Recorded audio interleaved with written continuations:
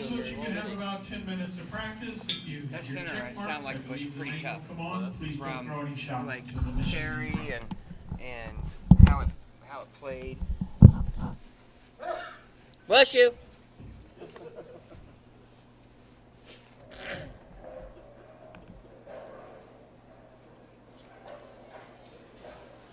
Hit your check marks again. Is this The machine you will want come this on seat, and should Scott, show or your Nope, practice you're good time. right there. People are here to see you anyway. They're not here to see me.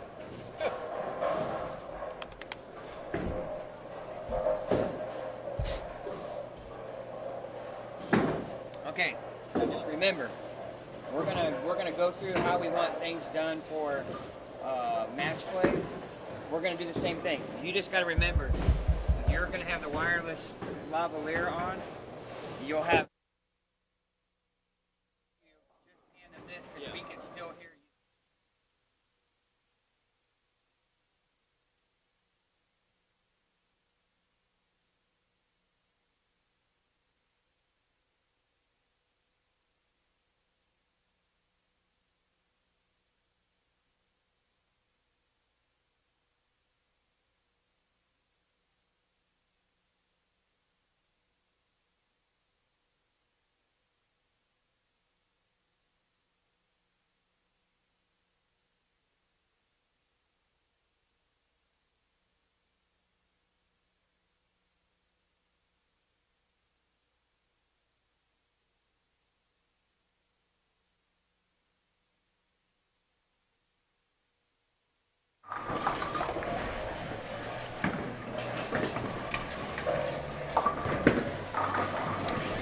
Hello, everyone. Scott Gilmore and the great Hall of Famer, PB Hall of Famer Mike Albee, and we're back here in championship lanes for the 2021 Indiana Queens Championship. And Mike, welcome back to the booth. Yeah, looking forward to it for a while here. Great to be here. Thanks for having me.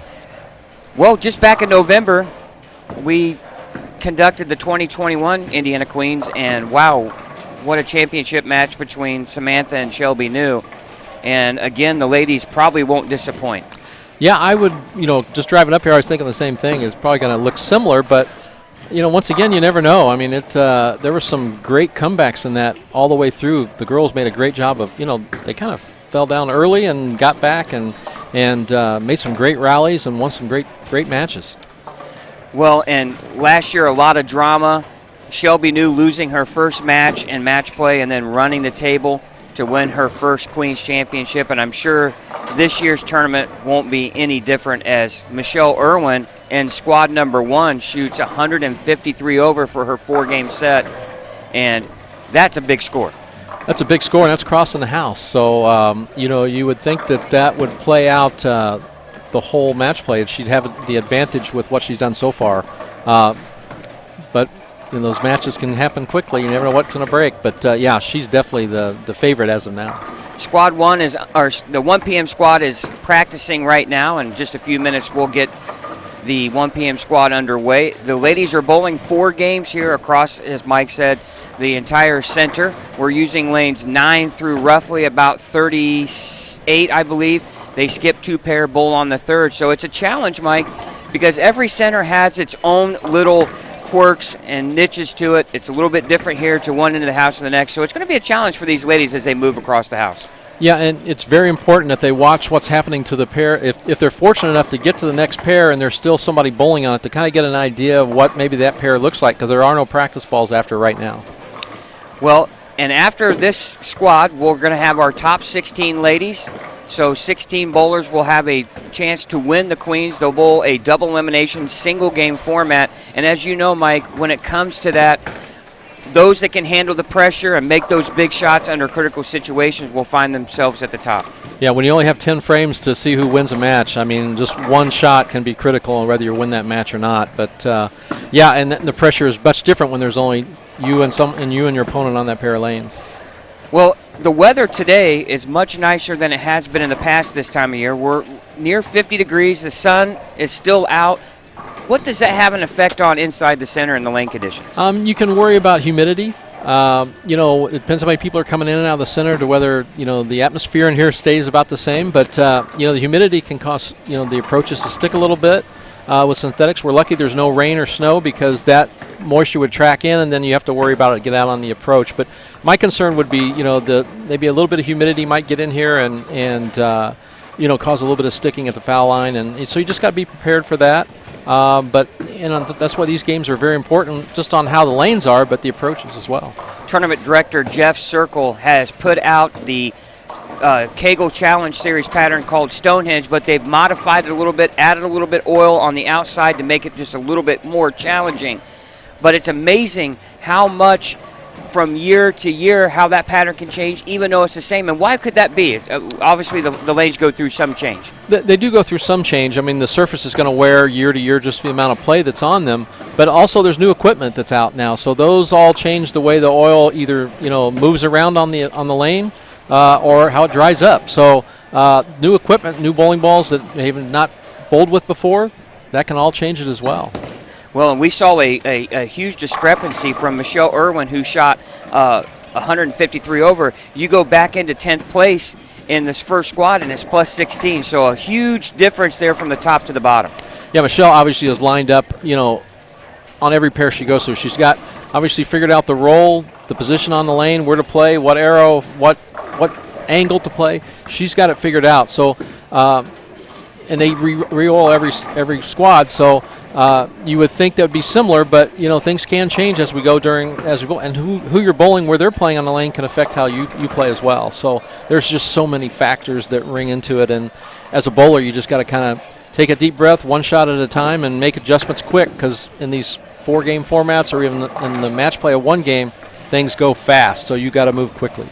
Well, and last year, so much happened in the later stages of every game, and it was amazing to see the women perform at such a high level in those 9th and 10th frames that we saw just back in November.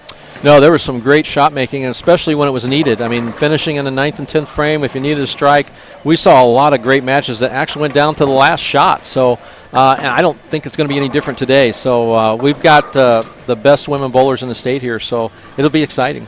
Our TV pairs today are 9 and 10, 13 and 14, and 17 and 18. And we're going to see a lot of different bowlers bowling in their qualifying stages, so it should be an exciting day today. Yeah, and you'll want to watch to see how differently everybody's playing the lanes based upon the amount of revolutions they get or the power or the ball speed. So it's very, very interesting and enjoyable to watch to see the different angles of the lane that are being played. A lot of past champions already bowling in the first squad, but we do have some notable ones here bowling in squad number 2.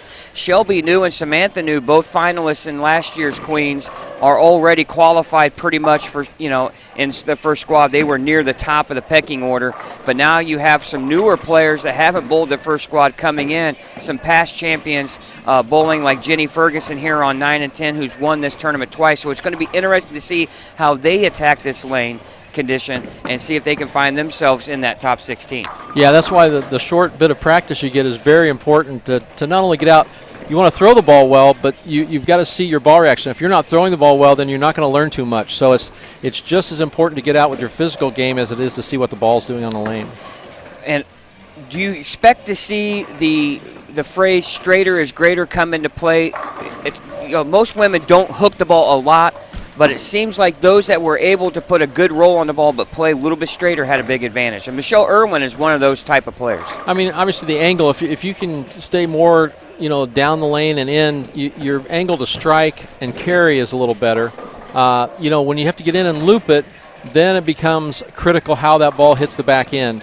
And then if it's not coming in sideways, then you can leave all sorts of ugly spares that have, you can drive a truck through, so you don't want to see that. Yeah, and obviously in just 4 games, you don't have a ton of room for error. You got to be aggressive coming out of the gate. Yeah, I mean, a quick 170 or 160, and then you're playing catch-up, and it's hard to catch up out there. The scores, except for Michelle Irwin, the scores are not at that pace to catch up with. So you want to be consistent. Obviously, spare making, when the scores are lower like this, spare making is critical. So you want to keep the ball in play and have an opportunity. Well, and you're looking at the standings from the 10 a.m. squad, and again, from first to 10th was separated by 137 pins. That's a lot of. It's a lot in 4 games. Absolutely. Yeah. Imagine the number of strikes Michelle had compared to her opponents in that first qualifying squad. That's pretty staggering numbers when you really look at it. Yeah, Michelle's not one you're going to want to meet early on in match play. Well, and you got to figure, too, when you talk about past champions, and let's just go back to, again, in November of last year, you had Shelby New get that monkey off her back. She's always been right there knocking on the door and winning one of these championships. And now all of a sudden you have that title on your belt. Is there any pressure for Shelby to play at that high level again, or do you feel like she'll be a little bit more relaxed? I think she'll be somewhat relaxed. I mean, but I think these type of tournaments, the Queen's one of the biggest tournaments in the state, if not the biggest. You're going to have, and you want to have a little bit of that anxiety and tension to kind of push yourself. So, because if you get too relaxed, then all of a sudden you don't hit the foul line quite as sharp. You don't get that crisp release that you'd like to have. So I think she'll be comfortable in the fact that she's got the confidence that knows that she can compete at this level and has already done it once. And I'm sure she's hungry for number 2.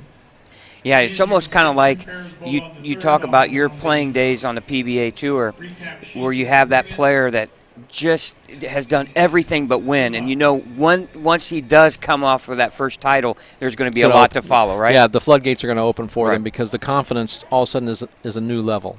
Yeah, and sometimes even I would imagine the players that have had numerous 300 games, even when you get to that 10th frame, you might still have a little bit of the jitters, but you go back on that past experience of when you did have some success. So she's going to have that now under her belt. Yeah, and I agree with the 300 part. I mean, you still want to have that nervousness that it means something, because if it gets too relaxed to you, then you just don't dot the I's and cross the T's like you need to be successful, especially when you have the caliber of talent you have now, because there's too many people that are out there and can knock you off at any time. So you've got to push yourself. All right. We're just underway here in the 1 p.m. squad. Right after these 4 games, we're going to find out who our top 16 ladies that will compete in the double elimination single game format to decide the championship. And obviously all these ladies are looking to knock one off the pedestal, and that is one Shelby New, who is the defending champion. And another thing too we talk about, Mike, when you talk about Shelby is, well, the floodgates open, but now all of a sudden she's the marked woman, right? She's got the bullseye on her back, and that's who all these other ladies are gunning for if they come across her in match play, right?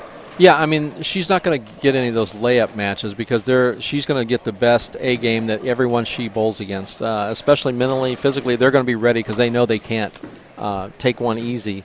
But that's what pushes somebody like Shelby, who has quite the amount of talent.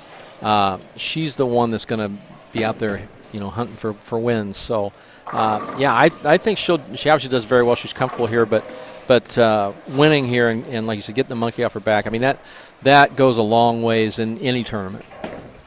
Well, sit back and relax, and in a couple of hours, we're going to find out who our top 16 are, and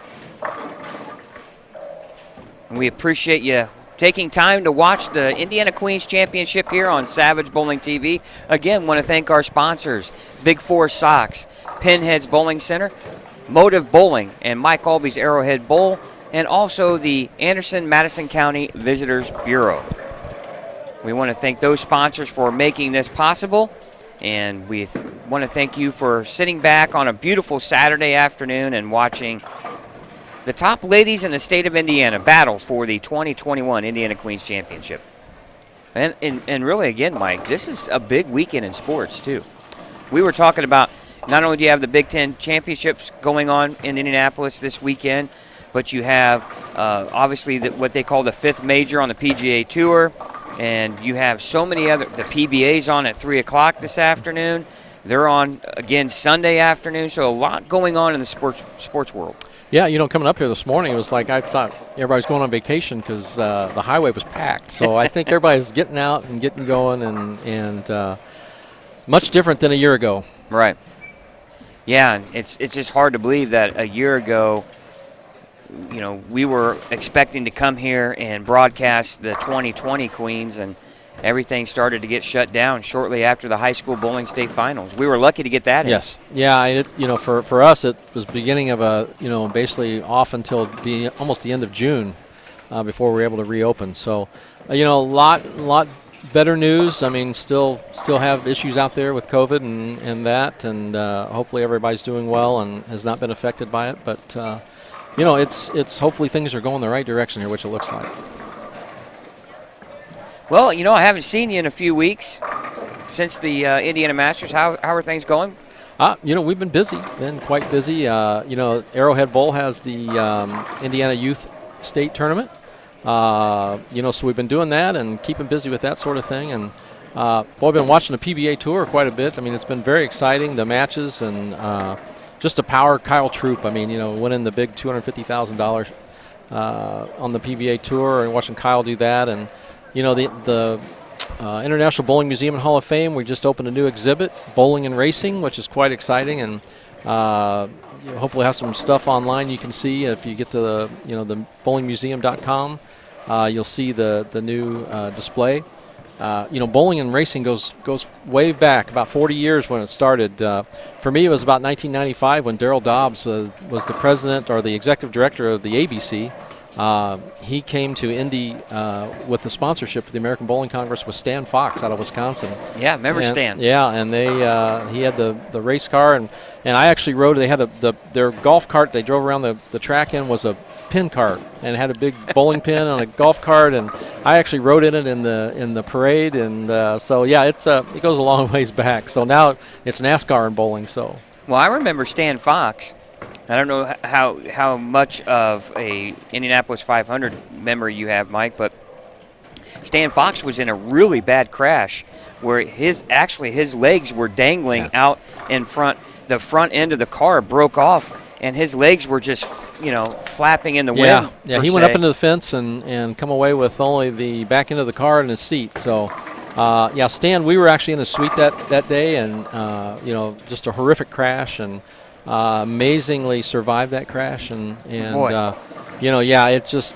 was just an unfathomable crash that somebody could survive that. But Stan was a great guy and was a great representative for bowling, and they actually shot a promo for bowling. It was Lynn St. James, Stan Fox, and Al Unser Jr. And some of the pieces from that shoot are in this exhibit at the museum. And it's a water bottle with a bowling pin with their facsimile autographs on it, and they actually had sponge hats that were like a pin. They were called pinheads, and it was quite amazing what they did. Yeah, it's and that was really the Indianapolis 500 is still the biggest spectacle in motor racing or motorsports, whatever they want to say. But back in the Stan Fox days, it was big time, because you would spend the whole month of May at Indianapolis, and they would have tens of thousands of people just to watch practice and then qualifying, and it was quite the deal back in when Stan Fox was kind of in his prime. Yeah, you could spend the whole month there, which was a blast. And my first Indy 500 was 1985, so that was when the ABC television crew from the tour would come here for the whole month, and they would be out at the track shooting. So I would take them bowling at night, and so I got to know a lot of them. So I got to go to the track, and so it was quite interesting getting to be part of that with those guys back in the 80s. Well, and the Indianapolis, the IndyCar per se, had a huge relationship with USAC and some of the local tracks. So you would see a lot of those guys that you would see, like Rich Vogler and guys like that. They all came from the USAC, circles, and then Indy was their showcase, their Super Bowl. Yeah, that's the one you tried to get to. And it was really cool to see, because guys that we would go watch at the local dirt tracks, well, all of a sudden they were getting rides at the Indianapolis Motor Speedway. So, of course, obviously Rich Vogler lost his life in a racing crash. I believe it was either Salem or Winchester, one of those. But anyway, you would see, guys that you could actually come up to, like I am right now with you sitting next to you, all of a sudden were in one of the top cars in Indy, and it was really cool to see. And obviously having those ties with bowling makes it even more special. Yeah, and it's been helpful. I mean, and if you look at now, it's NASCAR, and just to see the bowling car when you go there, it's really cool how they have it, wrapped and big pin splashes, and Eric Almirola does a great job representing the industry when he's in the bowling car, and it's been really good relationship, and we're waiting to hear whether they may be back. Bowling may be sponsoring another NASCAR race this year, so waiting to see that if that's going to happen, and hopefully I've been fortunate enough to be able to go to most of those, and I do some official photography for them, so looking forward to that again. All right. Again, our championship pair is 9 and 10, but our TV pairs are 9, 10, 13, 14, and 17 and 18. On 9 and 10, we have Alexandra, I believe. Yeah, Alexandra Ross, Jenny Ferguson's on this pair. And then we'll try to find out who we have on 13 and 14. I know Dana File is on there. I see Kimberly Woodall standing nearby, but I don't know if she's on that pair or not. And who else do we have? We're going to try to go through here and find out all of those players that are on this pair, our championship or TV pairs. Some of these, as Chad and I were talking earlier, some of these ladies we're familiar with, but then there's a lot that we're not. And obviously we hope to get a good idea of all of them that are on here. All these ladies are extremely talented in their respected cities, and it's pretty cool to see them all come in here to Anderson and try to take home the tiara and a chance to also bowl the USBC Queens. That's pretty big deal too. That is a big deal to get a spot to go to that. And it certainly seems so far that it's the most comfortable place to play, it looks like so far, is somewhere, just inside the second arrow and not going too far outside of the second arrow. So, fairly direct. To be able to get that, but they're still bowling on fresh. They've had some practice, about 10 minutes of practice, but, the lanes will need to tame down here shortly, maybe to help them get a little more comfortable with the way it's going to go. But trying to leave something you pick up and pick it up, trying to get the spares. Yeah, Kimberly Woodall bowled the 10 a.m. squad. She really struggled. She was near the bottom. Matter of fact, she shot 720, which is minus 80. Dana File, I believe, wasn't a whole lot better. Yeah, she was minus 63. So these ladies looking to re-enter in the 1 o'clock squad and better their score and get in that top 16. And right there, Dana leaves a solid 8-pin. And well, it's funny when you look at the scores, for Kimberly Woodall and Monica Hall-Meals. I mean, if you look, they struggled the first two games, and then the last two games was 190, 190, and so you figured the last part of that, qualifying was used to get themselves lined up for this one. So maybe do some experimenting, and it sounds like they may have got a little closer. So yeah, solid 8 on a low-scoring pattern like this, and those really hurt you. They can get at you and force you into some trouble, but those are the ones you just got to smile and come back and make the next one a good shot. Well, Angie Collop was nice enough to drop off some cookies, Mike. She must have heard you were in town, and and Chad says he's off the sugar fix. So he went to the doctor, and the doctor says, "Listen, you gotta cut down on the sugar." And so poor Chad, he said, "Don't." Well, he's listening, so that's good. You got to pay attention to those doctors. So that a year from now you can go back to cookies. That's what I plan to do. Yeah. By the way, can you hear me? Yep. Because I can't tell if I'm coming through this earpiece or not. Yeah, you're a little soft. You want the wireless mic? Yeah, I could. I'm just trying to figure out a few things. It's a little bit better than than that old corded thing you got there. It's my Best Buy purchase. When we first started this, $15 microphone. Yeah, I know. We've come a little ways.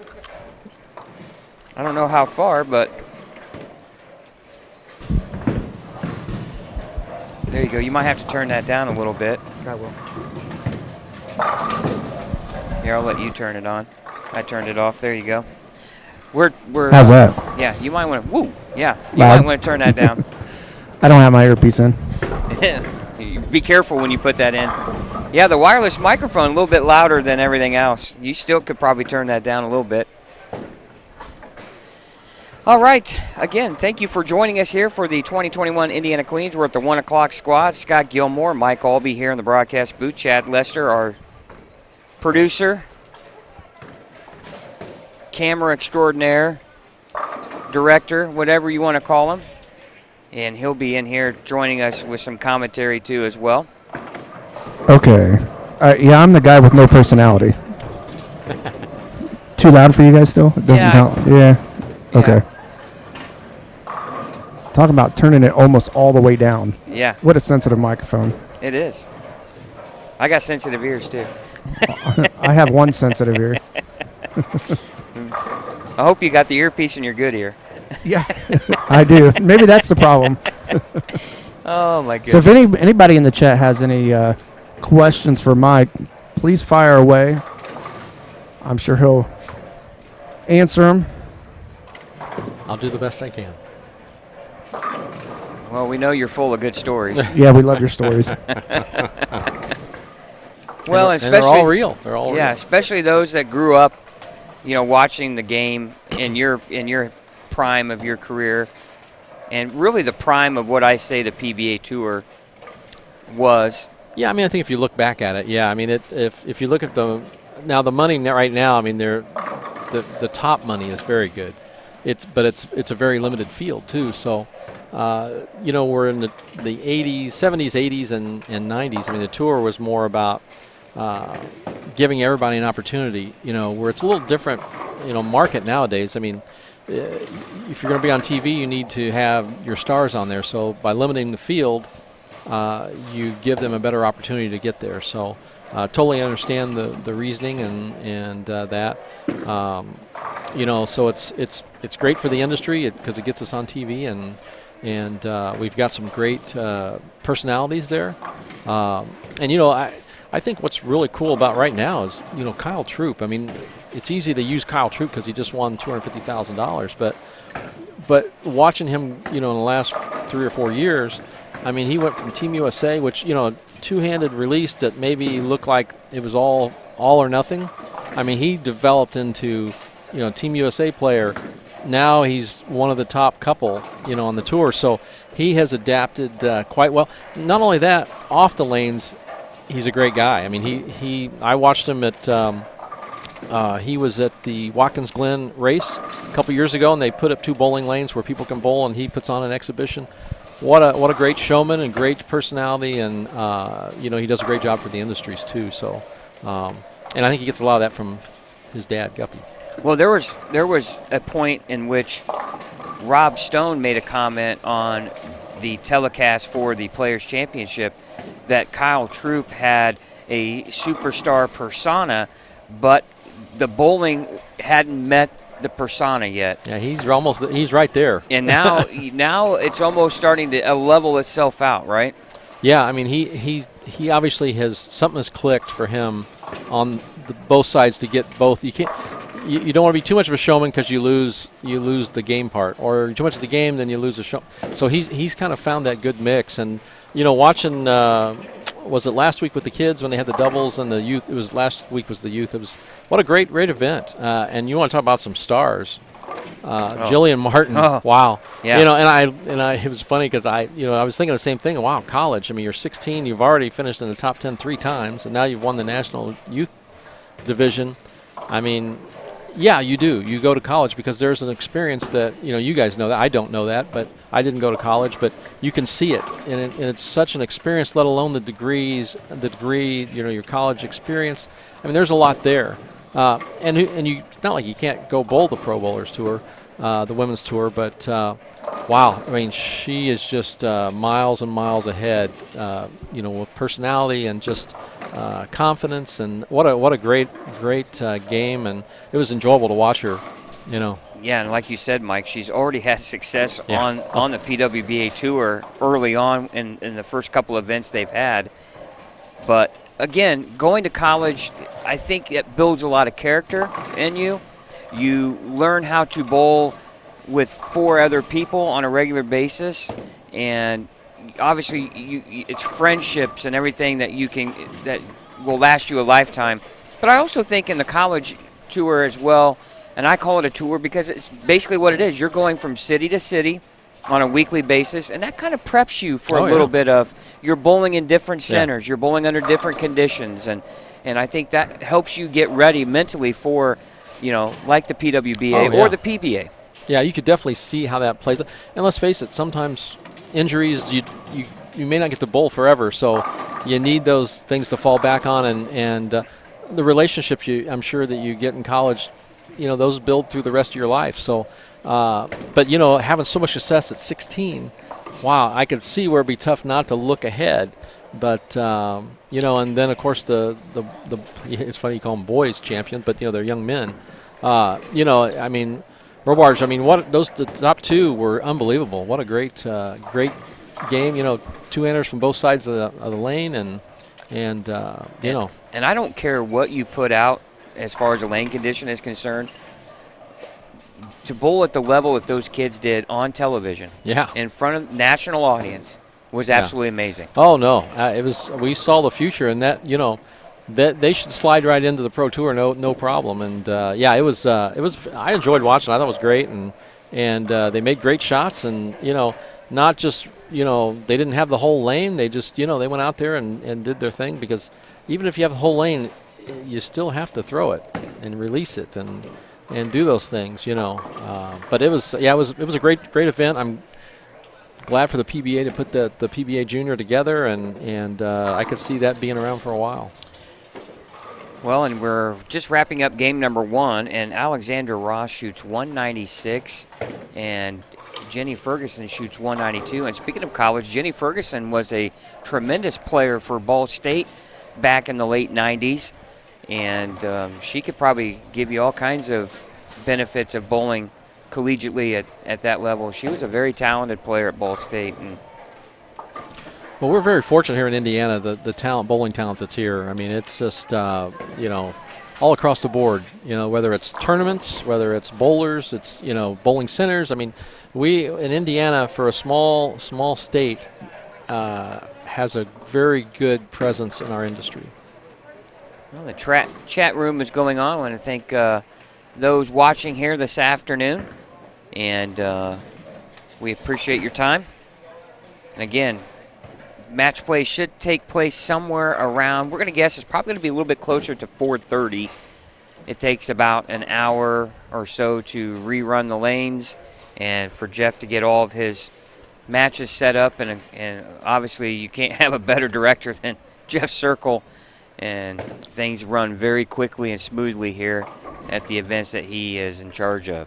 Yeah, what a crew. I mean, he's backed up by a great group of people that love the sport and enjoy being here, because I don't think they're making a lot of money back there. So it's all about the love of the sport and the people, and thank you so much to Jeff and his staff. And it's all about promoting the sport too, right? Yeah, I mean, it's, we do it because, I mean, the common bond is obviously bowling, but it's a great people sport.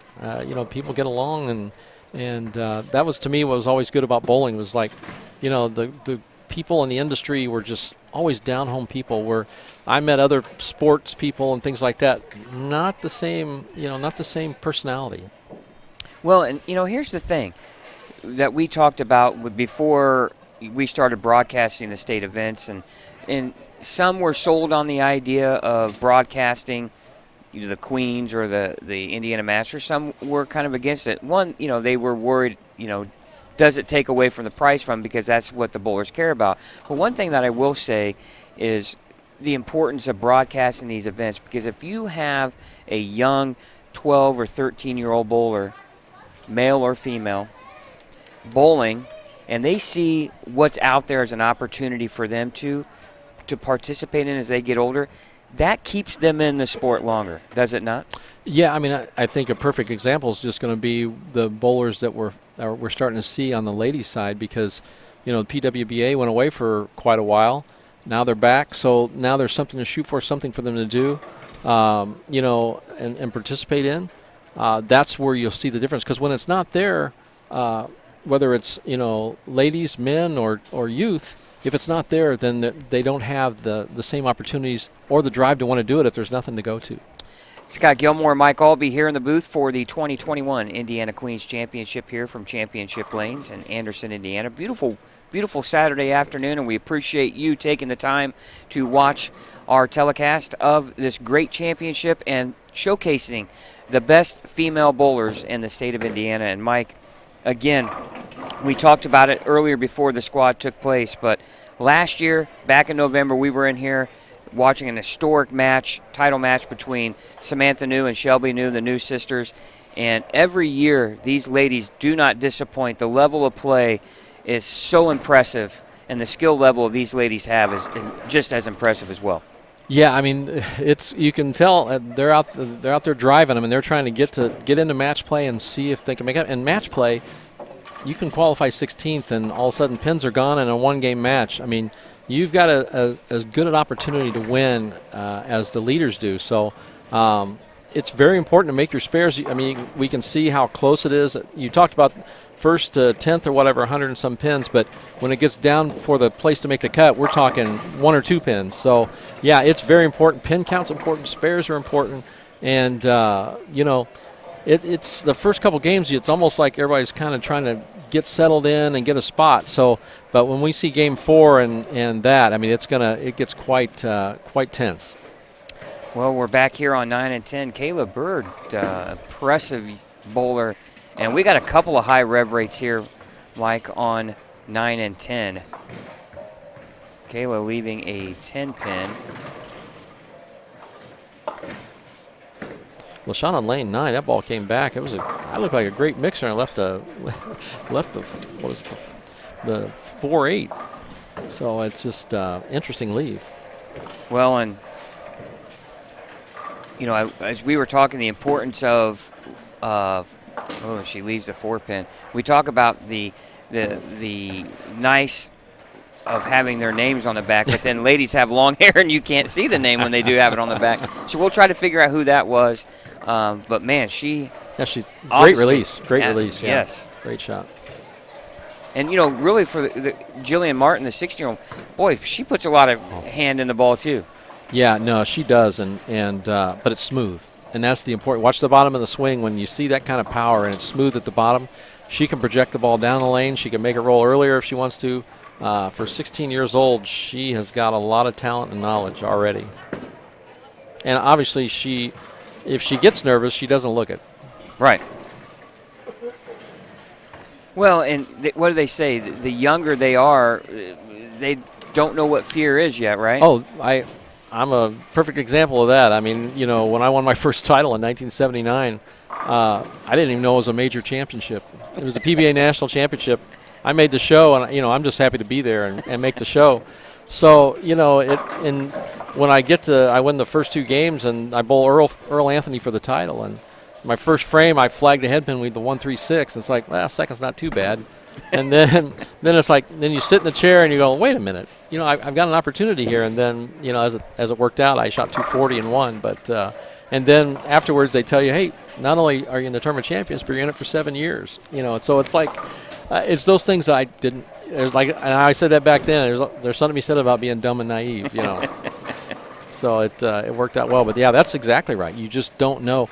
And as the older you get, all of a sudden you know what's on the other side of that cliff, Right. Like it's a big drop. So yeah. And so you can't play safe, and when you start trying to play safe, or I only need 8 and you get 7, that's the problem you get caught into. You can't get caught into that problem of playing safe. Well, that's when you just say getting 8 or needing 8 and you get 7, I think of Mark Thayer's championship match against Brian Voss and looking for his 10 or what? Yeah, and it was needing 8 pins to win his first championship. And you could probably think that if you give Mark Thayer 100 chances of that, he's going to do it probably 98 to 99 times. He'll get 8 or better. And yeah, and you just take it, throw it down the middle, and probably get that. Right. It's just it's just. And it's all about confidence. I mean, when you get to that point where you start trying to play safe, it's just confidence, inner confidence that you can do it, and you don't when you start letting that thought in there about playing it safe and thinking, that's when trouble comes about. Here's another look at this young lady here on lane 9. Watch the hand at the bottom. Look at that. Comes in light. You kind of wonder, maybe she's using something more of a shiny cover, it looks like. Well, that was an interesting move off the last, she left that 4.8 last time on that lane. That one looked like she didn't quite get it out quite as far, had the same amount of hand, and I thought it was going to get back, and it just kind of, at the back end, didn't quite finish it, which it looked like it was going to. But this is one of those conditions where you're afraid to, you kind of dip your toe in the water a little bit, because if you move too far, then all of a sudden the ball looks like you've never even bowled on that lane before. She really gets a handful at the bottom. That was a good spare. Good spare.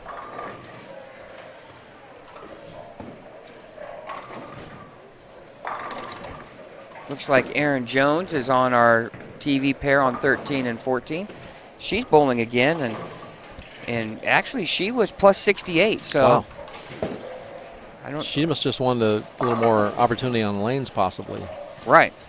Because those scores still count. So yeah, you got to figure. In. Yeah, you would think she's probably pretty safe at that point. Unless Jeff's changed the rules and let you have an extra spot in the top 16 if your second round gets in. Your first match is on 9 and 10, and your second one's on 23 and 4, and you're running back and forth. I don't know if that'll work very well. The problem might be if you bowl yourself, so that might be the bad spot. But you'd be all right if that was near the very end. Yeah. Wow, great shot. Boy, beautiful. Kayla throws it so well. There was nothing standing on that ball. That's 6, slapped that 10. That was a great shot. Now we're back on 13 and 14. Cammie Devine, the social media director for Fun Time Centers for Dave Small. That's her role here, and she's on lane 13. She bowled the first squad too, but she struggled quite a bit. She was minus 51, so she's looking for a lot more than that to get herself in the top 16. Good shot. Good shot. Week 10 there. Oof. Yeah, that's not what you want to shoot at here. Obviously, we're talking about on 9 and 10, the dreaded 3, 6, 9, 10. Boy. And you can see it way off to your far left of your TV screen here. That's something you don't want to have to shoot at on a regular basis. No, because the ball wants to hang or hook too much, and that's what's happening down around the back end. Good spare by Cammie.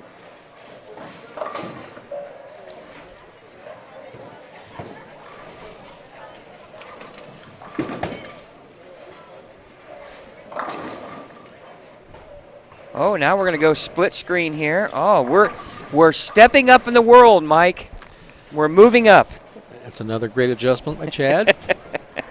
Now you're going to watch two pairs here, 17 and 18 and 13 and 14 here simultaneously. Erin Jones on the left of your screen here on 13.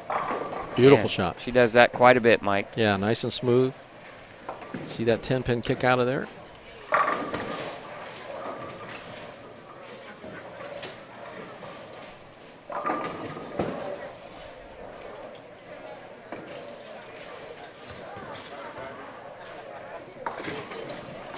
And again, we apologize because some of these ladies, we don't know who they are.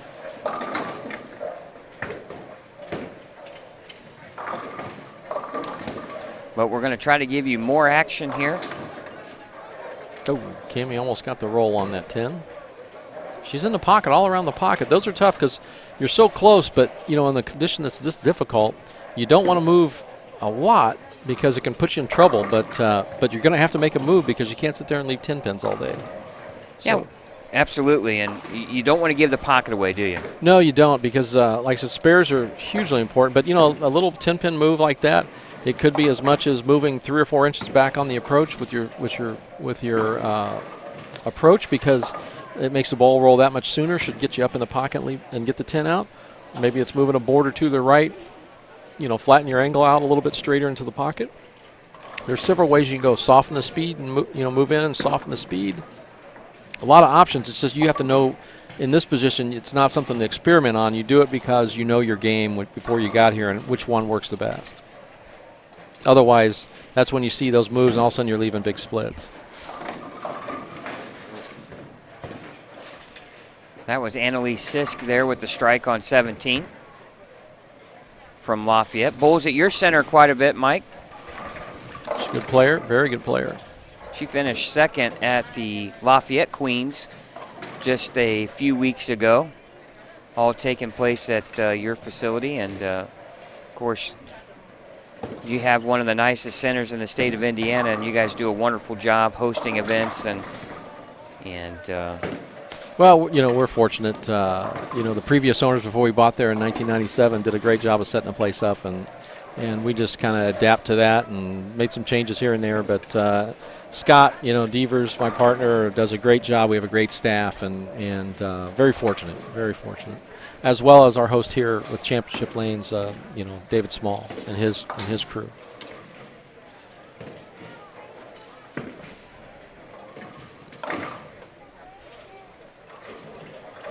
You know, you work so hard to get a strike, and then you see the 10 pins pop up or the solid 8s, and man, it's just those are disheartening. For hate trip 4 there. That was a fortunate break, but it looked like it's a good shot. Yeah, something came forward from the back and knocked the 7-pin forward into the 4-pin. It was a good shot, just a little high, but it was a good shot. Oh, good mix. Looks like Rebecca Sage, is it? Yeah, I can't quite see the back of her shirt, but Dick Weber made a lot of money on that. That would have been textbook Dick Weber right there. Yes, off the wall. That's what the walls are for, to use those pins and bounce back. Boy, he was the king of the old 5, slapping the old 5-7 out, wasn't he? But you know, you don't get those unless you're fluid and you're smooth and you let the ball do all the work. You add a little muscle to that, and that head pin hits that wall and just, you know, it's straight down and falls straight down. Doesn't come back and help you for nothing. That's why they call it the Weber wall shot, isn't it? Yeah, that's right. Pete never took advantage of that. He had too much power.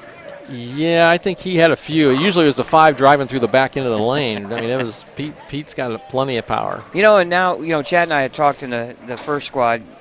You know, you heard Walter Ray make the comment that he might be stepping away from the PBA tour and focusing more on the 50. Do you think Pete Weber's getting close to that point? You know, I can't help but think he wouldn't have it in the back of his mind, but I don't know. Pete's a little bit different guy because he's very proud, obviously, which all the guys out there are proud. Don't get me wrong, but Pete has that intensity that, you know, he doesn't give up, and so I could see him, you know, can still continue to try. But one of Pete's problems is injuries. You know, he's had hip problems and things like that. So he still has the power release and that to keep up, but I don't think he can do it for as long. And that's the problem where the younger guys can keep doing it just like they did at the first frame of the first game. You know, the 28th game. You know, so. But, you know, I think after a while, though, you get tired of losing, or not doing what you think you should do, and so, you know, Pete will compete. He'll compete no matter where it's 50s or the kids or what. He'll be a competitor for sure. It's like Walter. I mean, Walter's a competitor. I noticed and correct me if I'm wrong, and Chad, you might know this too, but I believe that for the first time in a while that Parker Bone didn't participate in the World Series of Bowling, because I think the 3 seniors that participated were Pete, Walter, and Norm Duke. So when is Parker not bowled a stop like that? Yeah, I didn't see his name. He bowled the Players Championship. And struggled. Yeah. I saw something on Facebook. I thought I saw where Parker said that he was kind of going to put more focus into the 50 and that it might be time to step away from the kids as much. But I think it's like any of the guys that do that they're still going to bowl the majors or look if there's that opportunity with TOC. Yeah, things like that. Limited small fields, yes, right? Yeah. And that's where, I don't know if you heard, but like Kyle Sherman forgot to enter thought he entered the TOC but didn't. And it was more painful not only because it was a major, but his first thing was it's a small field. So you bowl against, less guys. And that was always a debate, back in the 60s, the tournament champions, it was 52 guys. It was like, a lot of guys like to say it was the easiest one to win, but the 52 guys on the field for 52 were the toughest you were going to run into. So I never quite bought in that it was the easiest one to win because of the talent there. But if you got it going, there are obviously less guys to beat. I get that. But And that was Rebecca Sage in front of us actually on Yeah. lane 17 right now. And she bowled really good her first game, Mike. She shot 242 game 1. So There's a perfect shot there. I mean, she's got a good angle, just going, looks like right about 8 or 9, right up and into the pocket. So we're going through the ladies that are bowling this squad. So Michaela Hemden is the top bowler in the 1 o'clock squad after game 1 at 245. Rebecca Sage second at 242. Taylor Scholl at plus 15. Alexis Carter plus 11. Olivia Poor plus 10. Allie Clayton plus 8. Kimberly Woodall plus 4. Dion Wilson plus 4. Melissa Mollett plus 3. Linda Burns plus 1. And Alicia McPike is even. So those are your top ladies that are all 200 or above. And so really the scoring pace is pretty similar to what we saw in the first squad. And this is with practice on the pair they bowled on. So right. The second game we'll see when you make that move and you go to the next pair, if you're able to play in the same spot, that's a big advantage. Yeah, and Annalise Sisk, who we saw here on 17 and 18, she struggled game 1. She shot 159. So that goes to tell you that there's strikes to be had out there, but there's also, if you don't throw good shots, there's a chance for you to shoot a really low game.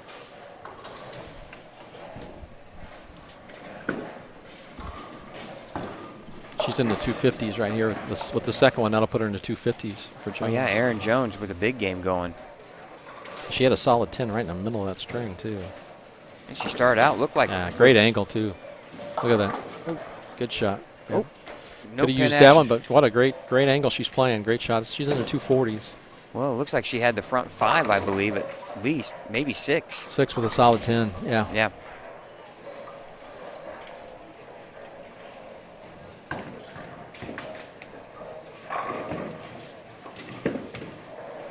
Well, we know the 3 ladies are Ashley Jackson and is that Jonnae Mauk or I would assume so. JONNAIMAUCH.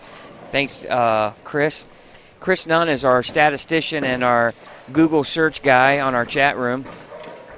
We want to thank him for his time. We had a couple of gentlemen from England watch this morning's squad. Oh, very nice. Very nice. Hooked us up with a recipe. Yeah, lemon drizzle cake. Are you a lemon guy? In certain things. There's lemon cake I like. Lemon cake. Right. He sent a picture of it too. Oh yeah, it looks good. So I'm a lemon guy. Yeah, it's a little tough to watch calories around here if you guys keep doing that. I'm a big. I'm a lemon guy. Lemon meringue pie. Yeah, I don't do that. You don't? I'm like an apple pie thing. You're a plain Jane kind of guy. Yeah, that's apple vanilla, pie. Vanilla ice cream. Same thing. Of course, I would just like the sugar cream pie. Yeah. Anything with sugar in it. Well, what about? Well, you put some peaches in it. It's a peach cream pie, so it's kind of healthy, right? Yeah, sugar cream pie. I'm not a big. You tell me, do you like pumpkin pie? I do. Oh boy, Mike. It's got to have whipped cream though. I'm a gosh, you guys are killing me here. What's going on? I know. I'm a fruit guy. Cookies sitting in front of me. I know. Oh yeah. Oh, I'd be all for that. Yeah, that looks good.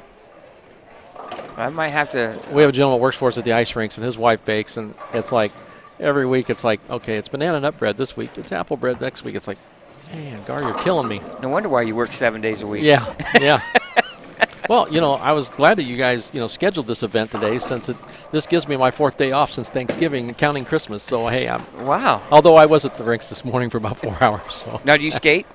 No, because I learned very quickly that I could not stop unless I ran into something.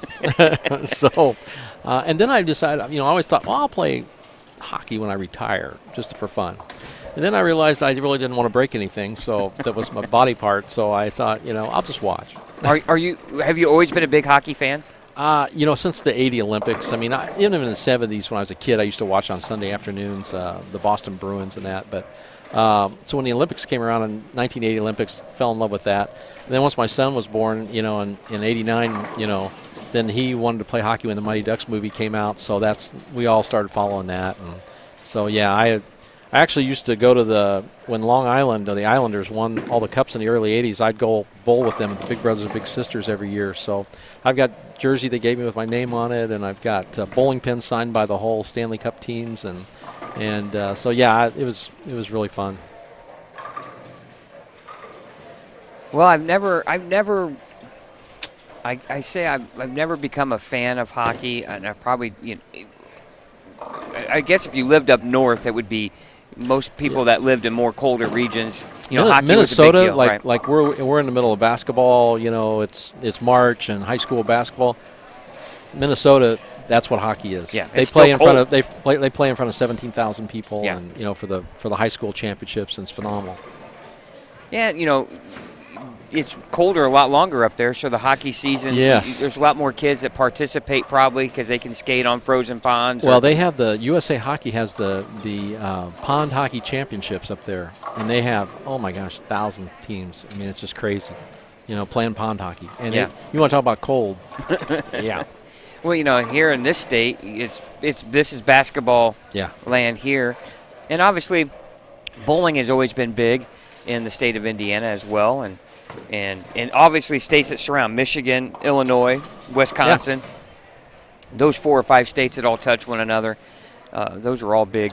Well, Wisconsin, I mean, I think that, not only is there, almost, I know in Milwaukee there was almost a bar on every corner, and then bowling centers were, all over the place too. So, the old Holler House there in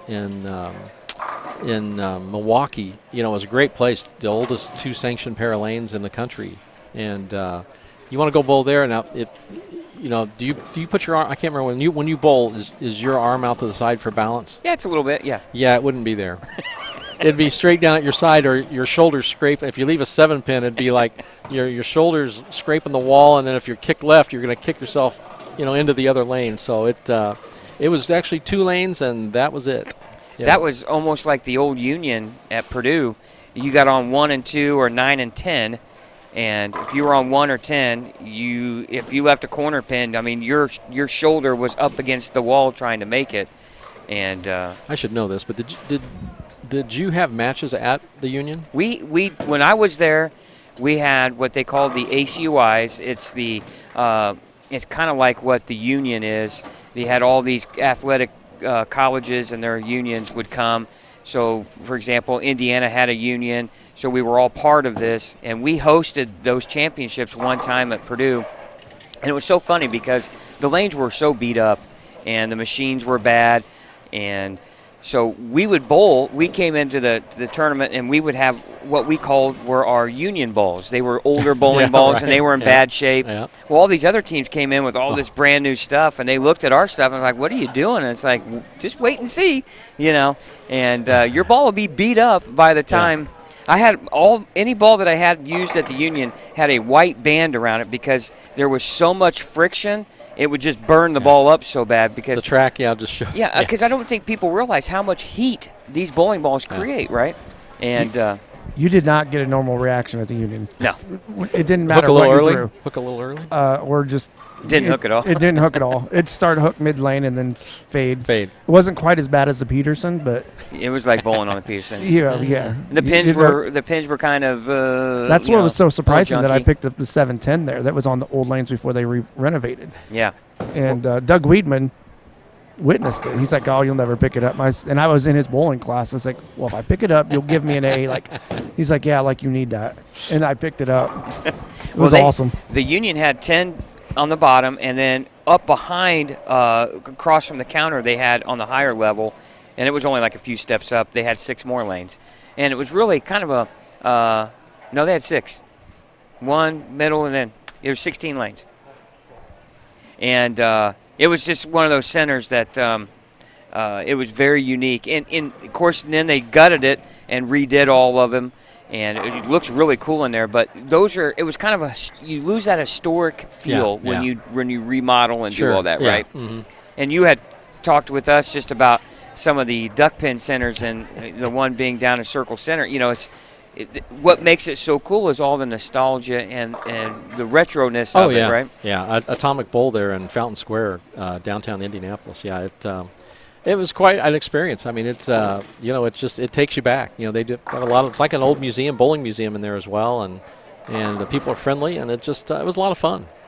Hey, we got a Doug Weedman spotting on I was the wondering. chat. I was just thinking, where's Doug? Because he was like our moderator at the Now The Masters. he ran your class. yeah, he teaches Yeah. bowling. Yeah, he at teaches Purdue. bowling at Purdue. Yeah, every class is normally full. He wrote a book on bowling. Did you take it too, Scott? Yes, I did. I took it 3 times. You're allowed to take it 3 times. I took it all 3 times. Oh, I think we need to look at your grade point average then.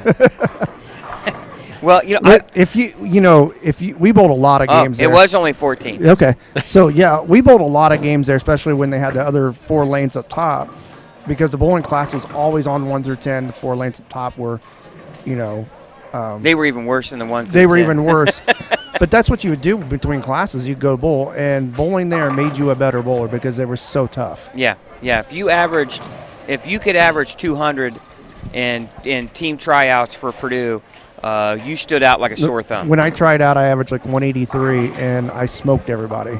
Yeah. Now, is this the Terry Clayton era? Yeah, Terry was. Yeah. Yeah. Terry was a bowler for Purdue. Yep. Yeah. Not Well, during my not time. During I my was gonna time. say, Not yeah. during my No, time either. yeah. Thanks, Doug. See, Doug says it's his Yep. 27th year. Yes. Wow, that's awesome. Congratulations. And really, I mean, he's great. Oh, yeah. You I know. learned quite a bit in that class. Doug should bring a couple of his students back to help out, so he can just put his feet up. Since I'm sure you two caused him a lot of pain, probably. Student teaching, right? Well, Yeah. there was a few times where I just went up on the high end and bowled during class. Yeah, I was down there quite a bit when I was there. But the center changed, and they, the lanes where they had the 4 now had pool tables, and I still love the old nostalgic of those kind of centers like that because they're dinosaurs. They're just they just don't exist hardly at all anymore. Well, I think it's a Savage TV event. I think coming up that when things get better and you start to do stuff, I think it's a battle between former Purdue students and against Mitch. Yeah, oh yeah, yeah. We can maybe bring him down, and what I was thinking you might say is maybe Savage Bowling TV and Mike Albee, we need to go tour some of the nostalgic centers in the state of Indiana. Oh, that would be fun. I mean, I think it'd be quite interesting. I think that people be surprised what's out there. I mean, right. And it's not always about what's the newest and shiniest. I mean, it's there's a lot of historic places in the state, let alone the country. But it would be fun. Well, what I thought you were getting at is having a Purdue IU alumni match. Oh, now and wait we a minute. stream it. Yeah, wow. we We could probably get that done. I've talked to Nick Hoagland about that, and for the Hoosier Classic they have down in Indianapolis for the big college tournament, we talked about having an IU Purdue grudge match prior to that event, like on a Thursday evening or something, because they have Friday night they have another collegiate shootout or something like that prior to the Hoosier Classic. But well, yeah, it'd be great to do. Just even if you're trying to raise money for something. yeah, we could find a. Now, do you get penalized if you bring up basketball? No. It could get ugly at that. Yeah. point. Well, yeah.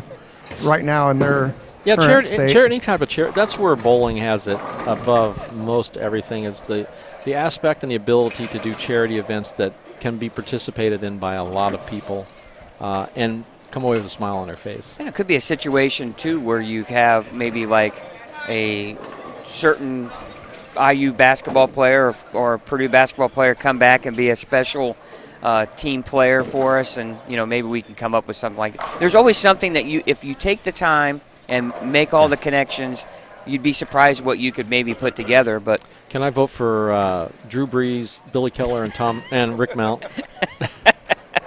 Well, I've got an idea, and I hope it comes back. But Purdue men's basketball team always goes to bowl at Market Square Lanes, and we kind of last time they did it was 2 years ago, and we tagged EJ Tackett and Matt Sanders, and they said anytime. So I thought it'd be cool to get some of the Indiana guys from the tour involved in that. right, that would be cool. Be around the team and stuff like that. I think they would have fun with it. Yeah, they have a traveling trophy kind of in They a do, sense, right? yep. Yeah. Well, now's a good time to plan those things because we're on the verge of getting back to some things we can do.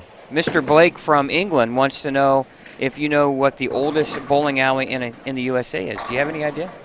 The Holler House had to be close. I don't know if it is. And it's just a pair of 2 lanes basically in the basement of a house that's a bar. But I'd have to look. I'd have to Google.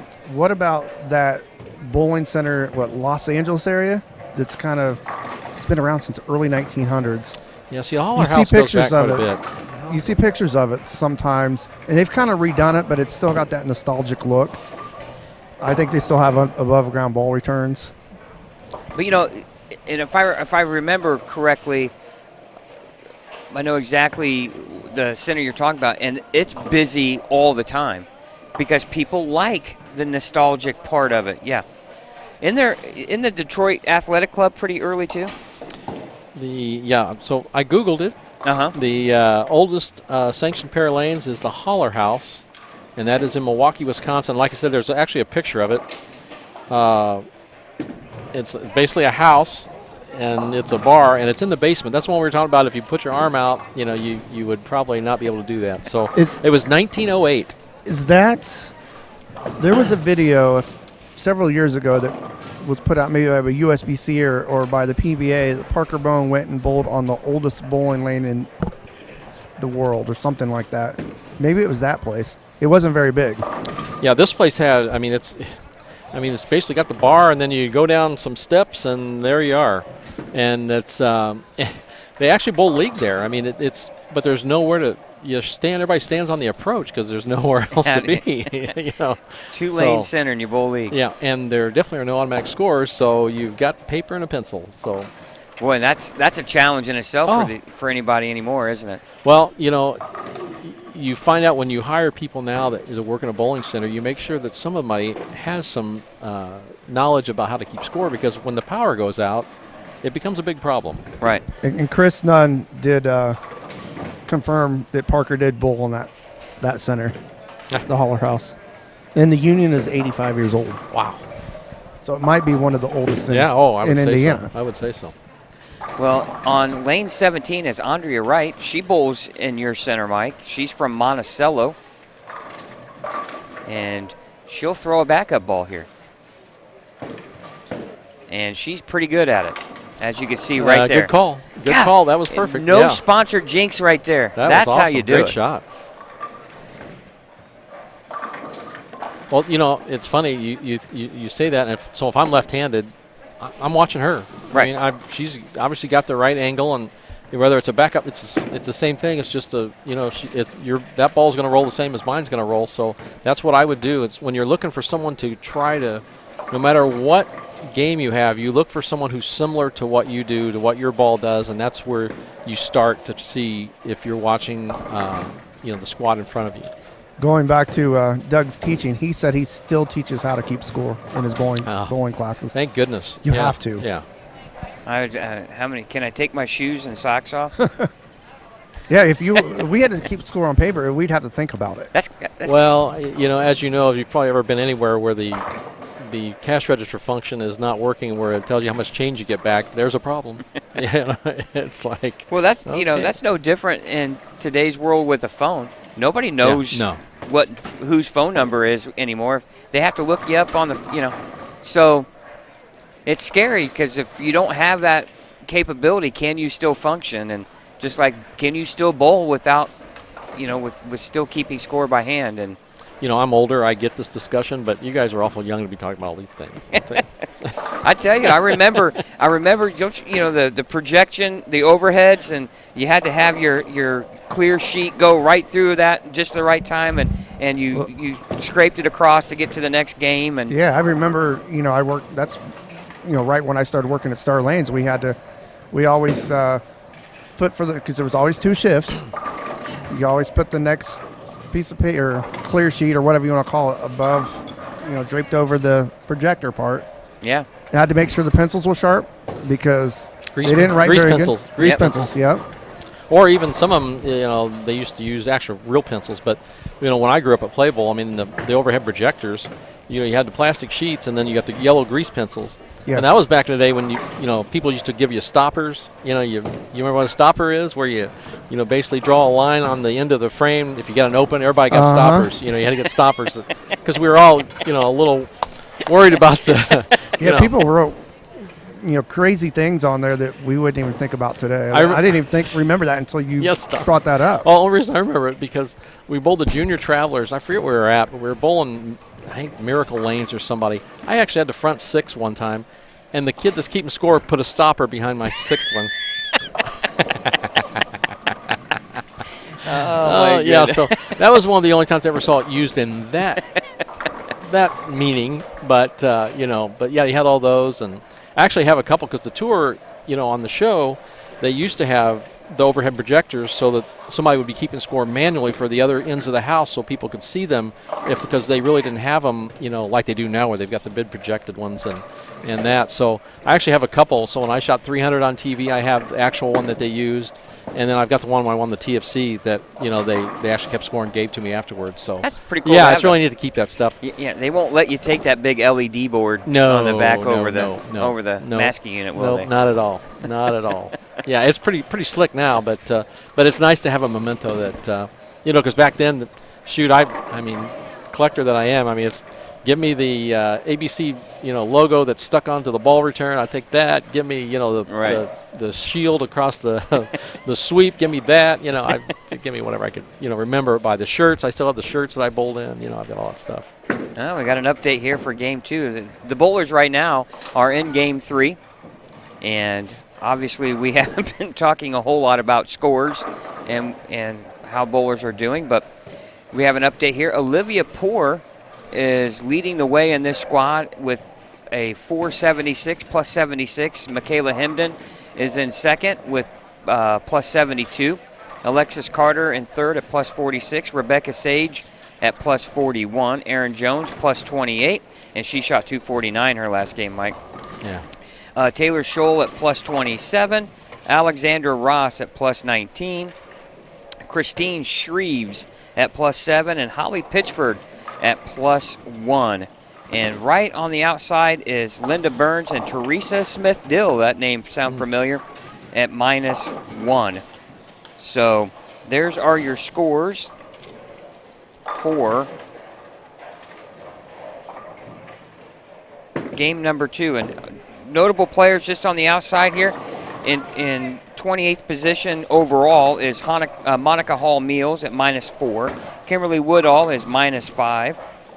And Kayla Bird is minus 9. She shot 214 her last game, so that obviously gets her going in the right direction there. Well, that's a big, when you're that close, a big 220 or 230 can throw you right past a point. You're going to be in by a little bit for sure. So they're just setting themselves up to have an opportunity here.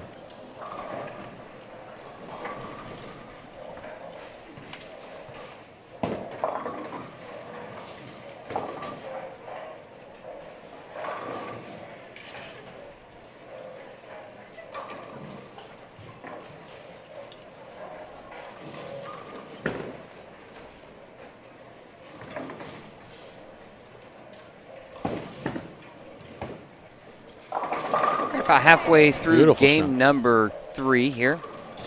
Crystal Bunton. Is it Crystal Bunton? Yep. Great shot on. And she needed that after front 4 opens. Yeah, that was a heck of a shot there. But the opens are 3 out of 4 splits, so that's where you move those pairs, and boy, if you don't make the right move, or you get yourself in trouble real quick.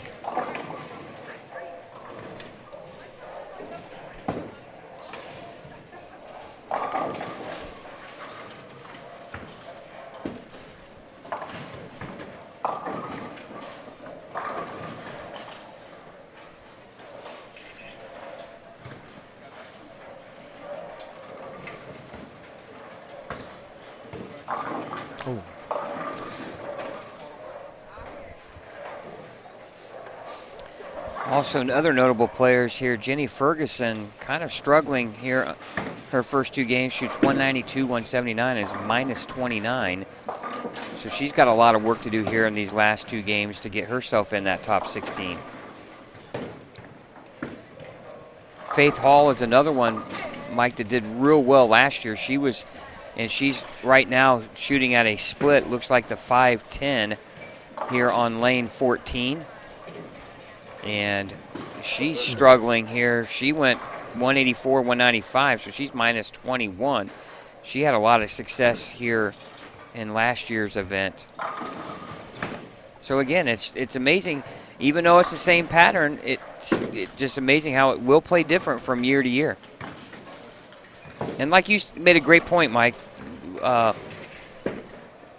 bowling balls change, and they make them more aggressive. And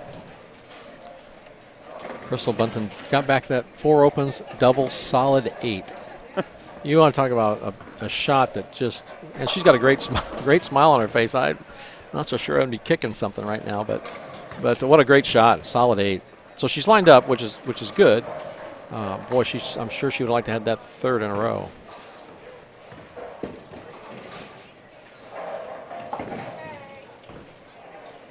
Yeah, I mean, the equipment, as we know, new bowling balls come out. I don't know. I was going to say daily. That might be stretching it a hair. But, every couple of weeks or at least every month, I mean, there's a list of releases. So, and they all do something different. And as you know, people, bowlers like to get new equipment. So, and they all seem to do different things. So, or what's the latest technology that they're trying. So, and those will hit the lanes different, whether it's, pulling up oil in the front part of the lane or saving it up till the back. I mean, there's all sorts of different changes. Got a question here. If they ran a PBA tournament just bowling a Columbia Blue Dot, who do you think would win? Well, they ran a plastic ball event. Matt Sanders won his first title with that, right? Yeah. And then scores were outrageously high. Yeah. And then didn't Jason Couch win a plastic ball? Yeah, I believe he did. But see that they were allowed to make surface changes, and they were all dull. But dull. Obviously the lane pattern is totally different. It's a lighter volume. It's a lighter volume. So it makes it feel like a giant house shot for them. Yeah, if there was just, plastic balls, I mean, you could, the lane maintenance crew could pretty much take those out of play real quick because, they would just glide down the lane with too much oil. I mean, I think it's going to be, you need something with the plastics. It's going to have to hit the back end, so you figure it's going to have to be somebody who can keep the ball on line with a little bit of tilt in the back to hit the pin. So, I mean, there's a lot of pros that can do that. Be interesting to see the plastic ball tournament with the two-handers to see what kind of area they can generate. We already know what they can do with urethane, so yeah. Quite a bit. And we were just talking on the first squad, who in your mind is the most talented player on tour? Currently? Mm-hmm. You can't not in your top 1 or 2 would be Jason Belmonte. I mean, it has to be he's able to change speeds, change angles, loft. I mean, spare shooting. I mean, he pretty much has it all. I mean, he just does mental game. I mean, he's it. Now, obviously, he's struggling a little bit, this past week, which, World Series of Bowling, when you're bowling all in 1 week, I mean, not a good time to be throwing it well. Yeah. And you look at the fact that he's got to come from Australia. So now he's been here for a while. He did a great job on TV doing commentating, I thought, with Randy and Rob Stein. You've got to imagine he'll be doing that again. Yeah, I mean, I'm sure that's not where he wants to be, but he did an excellent job with it, But and as the older you get, and the more people can start to do what you do, then it becomes tougher. So Kyle Troop is made up some ground. Is he there yet? Maybe. I mean, it's he's back in there again. But I mean, if you look at the World Series of Bowling week just recently, I mean, if you look at just talent, forget who's won what.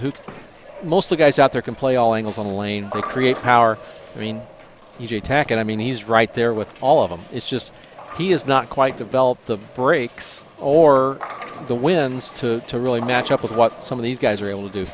But he's there. I mean, it's just a matter going back to, even though he's already won stuff. I mean, it's talking about floodgates. If he wins one that he really thinks he ever wants to win, and that would be it.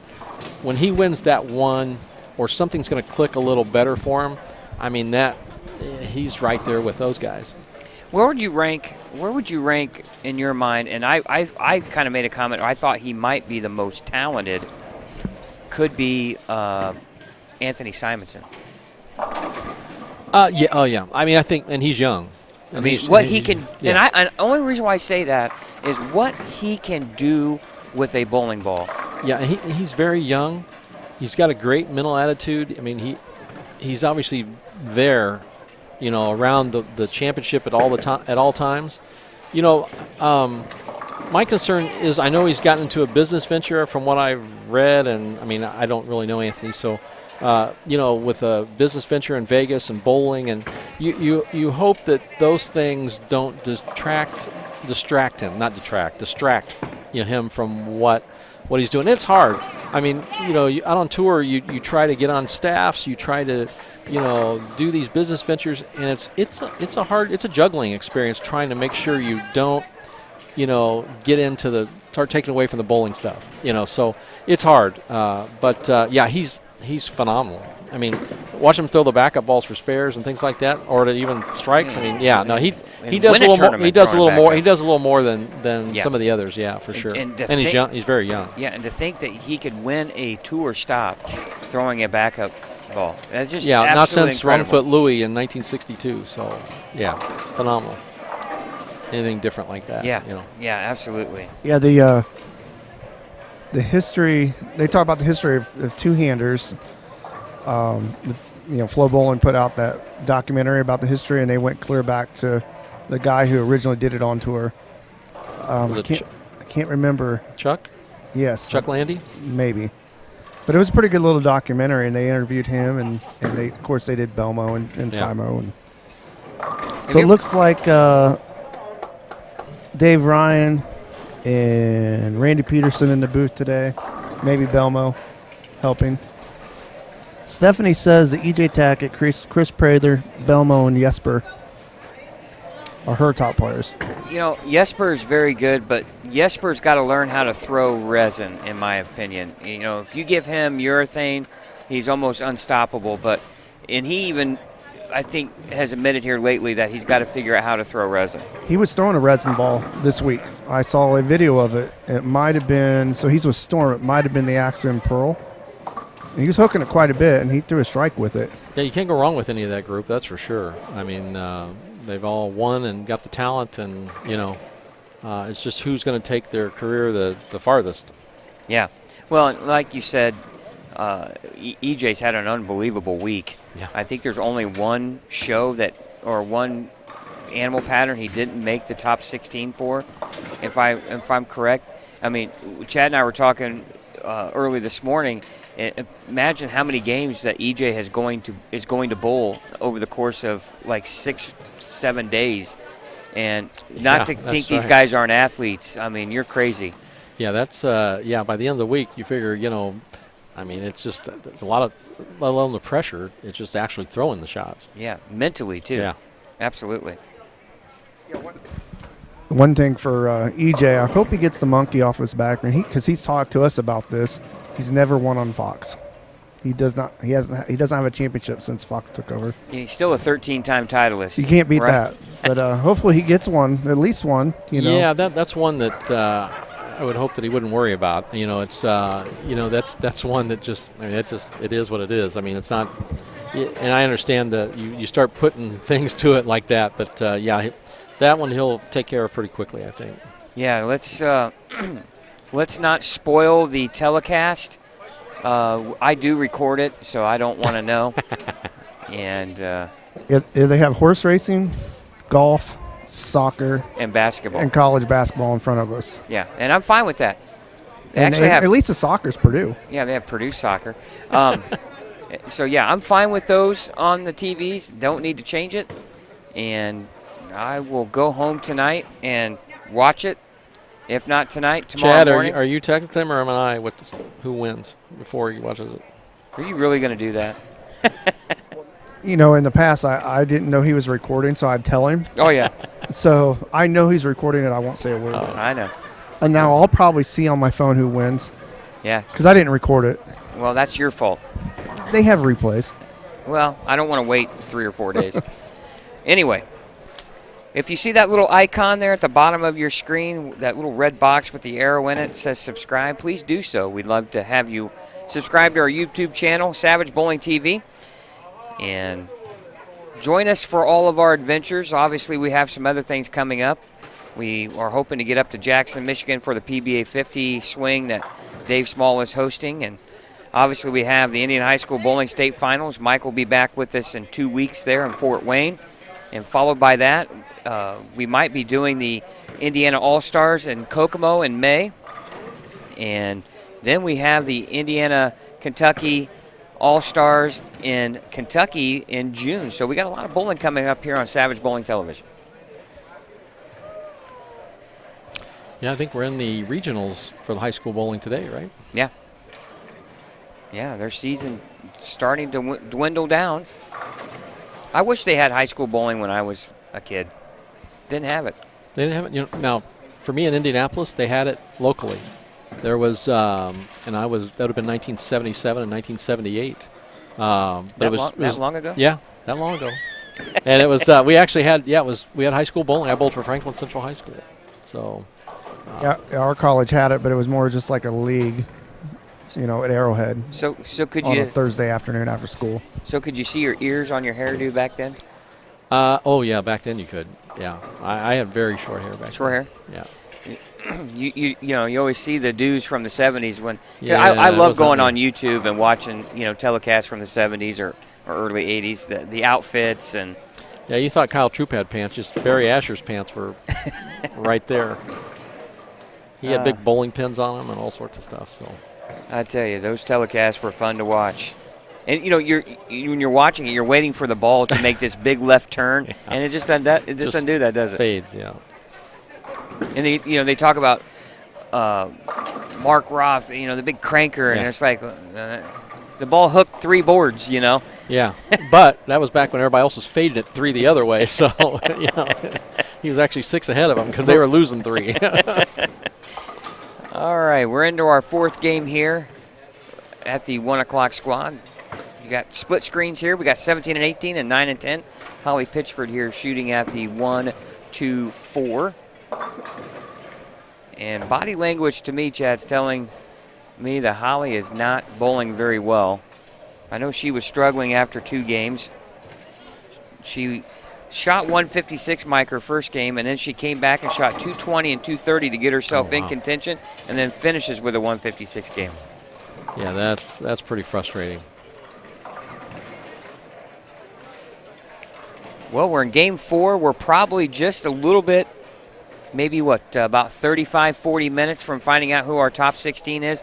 We will not leave the air until we get you the top 16 bowlers. Once we do that, we'll take a break, and we'll be back on the air about 5 minutes or so before the match play finals start. And I'm shocked no one has dived into the cookies sitting here in front of you yet, Mike. It's willpower. It's all willpower. It's a mental game at this point, yes.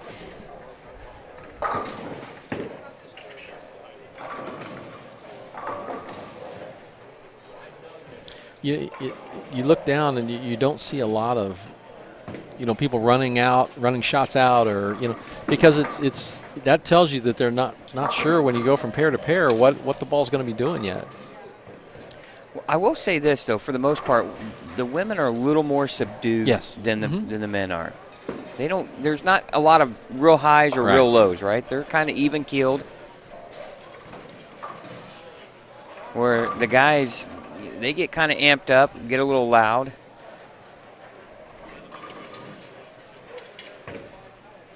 But I'm sure match play will have all the drama you can handle as a player, and we're lucky enough, Mike, to sit back here and broadcast all of it. If it's anything like November, we're in for a good show. Almost every match went down to the 9th and 10th, it seemed like.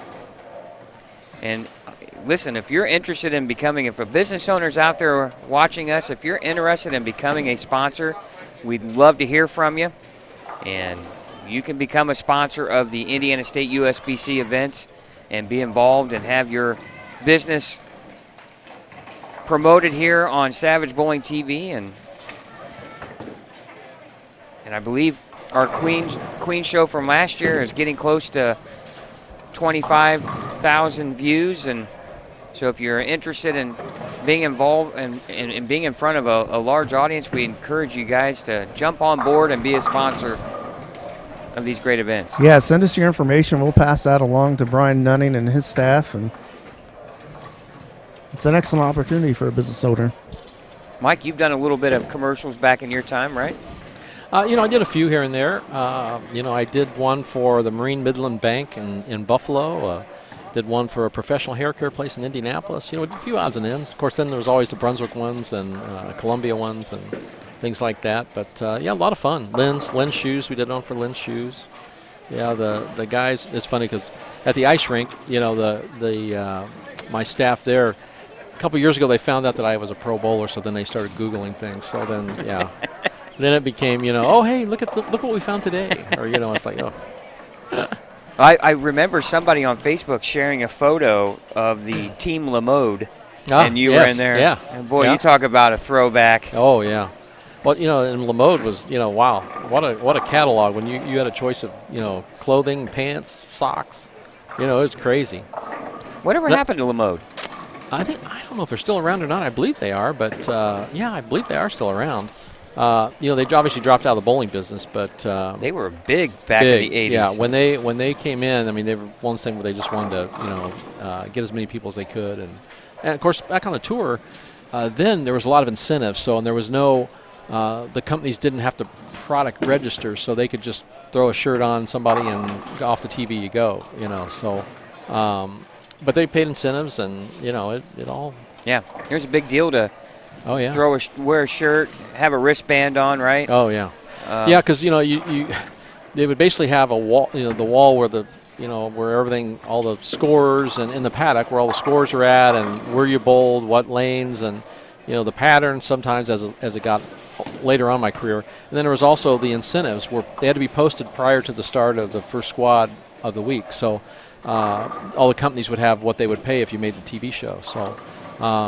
You could basically go to that wall and go, well, I'll wear this or that. And, my first show in 79, I wore Robbie's wristmaster, which I never wore any kind of wrist thing. So, but you could take the metal out of it. So, you go out there and use it, and I think I got $1,000 for winning. So, but then I went home and said, how come you don't use, people were asking, oh, you don't use that now? What? It's like, it's kind of a bad gig. So I thought, it's not right. So then I switched to when I'd only use, if I used it, I wouldn't really do the other. So I did do the Super Touch, which if you remember the Super Touch, most people probably have to Google the Super Touch, but it was Johnny Petraglia's Super Touch, and it was something that went over your index finger, and so it would keep that finger on the ball. So when you go to lift it off, it'd be forced back down by the piece that come past your knuckles. So, and those were not only, they were hard plastic and they had Velcro around so they'd stay on your finger. But if you made the show, you could go to the rubber one, which those went really well when Alvin Liu got on TV and made the show with a rubber Super Touch.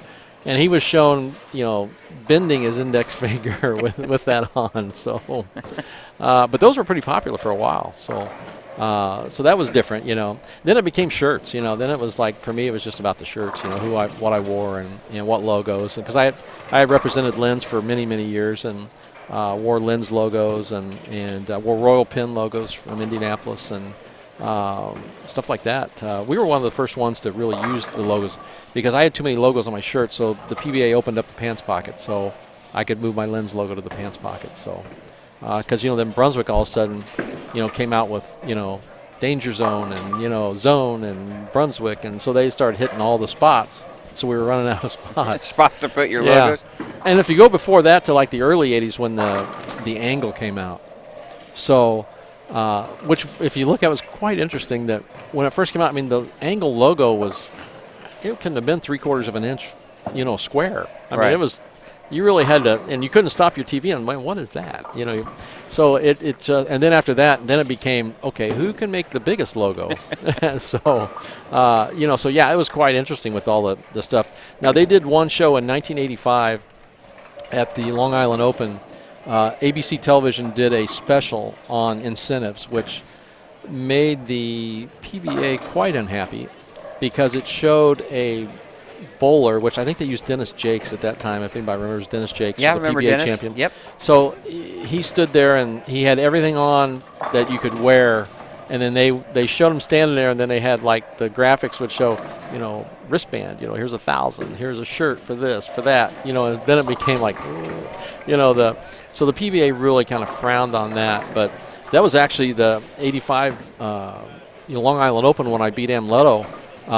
I was the first one ever to win with a firebolt on TV, and that was an extra 10 grand. Wow. Yeah, so it was, there was stuff like that they would throw in there, try to get you to use it. I remember hearing stories of players using one ball in qualifying and match play and absolutely just running away with stuff, and then would get such a big incentive to throw another ball, and that's what they'd throw, and then, that's kind of risky. Isn't it? That happened. I mean, that definitely happened, and you had ball reps. You had the John Jowdies and Dave Smarts and all sorts of guys out there that did that and would work with you all week, and then there would be guys that would jump ship. I mean, they're not on a staff, but right. They were given balls all week, and that was hard. I can't remember one where I ever switched companies. I might have, because I switched to whatever I felt I could win with. That was the only reason. If I switched, oh great, the TV is on. Who made that decision? So if I switch balls, so I mean, if I switch balls, I had a reputation to where they knew I was going to. If I felt like I could win, or I had a shot with a ball that they helped me get there with, I was going to be using it. If I switched, they knew I would switch because I felt like I had no chance the other way. Right. So, but there was many times where the guys would switch for the incentive. You look at that a couple ways. I mean, confidence tells you that, you want to win the. For me, it was always about the trophies. So the money was. I mean, obviously, I did it because I made money at it. But for me, it was always about the win and the trophy more than the money. So I wouldn't look at the incentive board until the show was over, just so I knew what I was supposed to be getting. Right. So I never went up beforehand to know what the story was. Right. Yeah. Yeah, I remember, when my cousin Mark Thayer was bowling, that, if he made a show, he got a pretty good payday by throwing the Blue Hammer or wearing the Lamode shirt, even wearing whatever shoes he was wearing. He got a little bit of spiff money, and it was quite lucrative back in those days. Could be right. for sure. You yeah. know. And then there was one year that they used it for the whole winter tour. I forget which company it was, but they give you, so you got points by if you finished in the top 5, there was points given. So at the end of the 16 weeks, if you used whatever the company's ball was, then if you were the winner, you got an all expense paid trip to Japan. Right. So there was all sorts of different ways they tried to do it. Or AMF did it for a while because, after the angle, they really AMF had trouble getting balls on the show. Mm-hmm. So they tried one where same way they had a points system. So there was a pile of money at the end of the winter tour based upon who got the most points using an AMF ball. And they multiplied it, say, you used it the first time, it was a couple $1,000s to use it. Well, your second show, if you used it in one, then it doubled. Then it tripled. So if you kept using it, but, sometimes the equipment's not good enough to get you there. So, it didn't. But that's where somebody might change equipment, So, right. But, yeah, it was a very, very contentious time when people started looking at the incentives and how it worked. Totally get it. I mean, that was their living. Yeah, absolutely. Interesting. All right, we're pretty much here on lanes 9 and 10. They're in the 7th frame already. Holly Pitchford had a 4-bagger there after an open, and she's got 135 in the 6th, so she's got a nice game working. We do have front, looks like 5 alert down here on, what would that be? That might be that might be 15 and 16. No, that's 13 and 14. That's our TV pair. We'll find out who that is. That might be this young lady right there. I believe it is. Yep, front 6. 6. And I believe that might be Taylor Scholl. So we'll have to keep an eye on that as she has the front 6 here. On 9 and 10, I want to thank, again, Chris Nunn is he's helped me out quite a bit here. We have Peyton Allen, Holly Pitchford, and Lana Champion.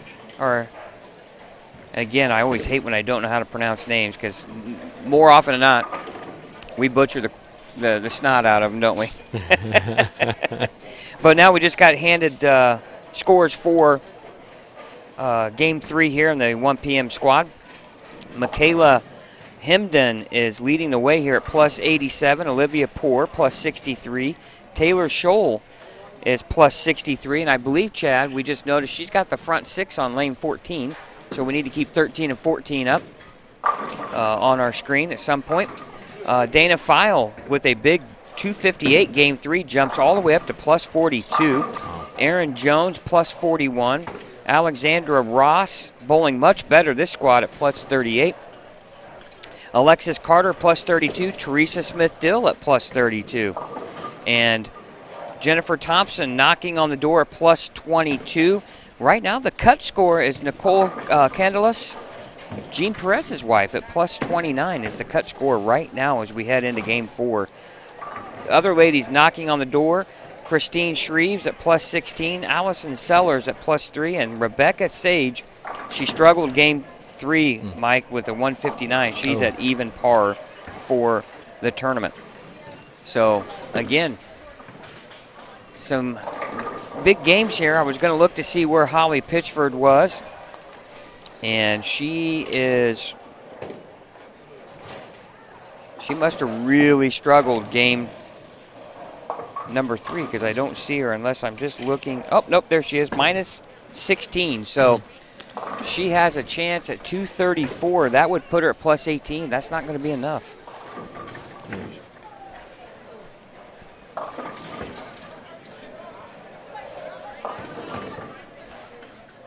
And here's Taylor. We believe this is Taylor Scholl on lane 13 with the front 6. And there's the 4, 6, 10. All right, you guys win. Oh, wait a minute. They're getting kind of firm. He's talking about cookies here. Yeah, we're going to have to yell at Angie to get us a fresh plate. I think they were fresh when she first I'm brought them pretty down. sure they were. Yeah, I'm pretty sure they were. Because, that one looks bent a little like it was fresh. They're far from now. Yeah, he moved them away from me. Yeah. I'm not scared. Oh, that was a good try, that 4, 6, 10. And Holly with, 10 pin here on lane 9.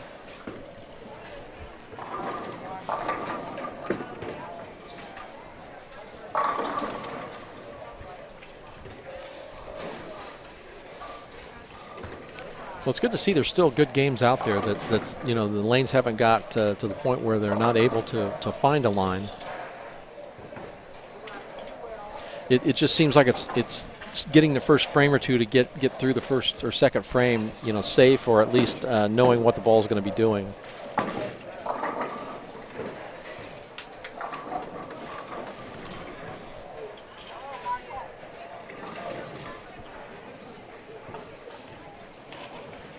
Wow, Ohio State is beating Michigan by 11 late in the second half. 5 minutes to go. Is that soccer? 61-50. Soccer. How dare you say that in front of me? Our Boilermakers, came back from 18 down last night to tie the game. Yeah. And I really thought they had all the momentum going into the overtime session and just couldn't quite get it done. Yeah, I thought they were going to win that one too. Well, they would have if they'd have made half their free throws. They missed. At one point, they were 7 of 16. They were really struggling from the free throw line last night.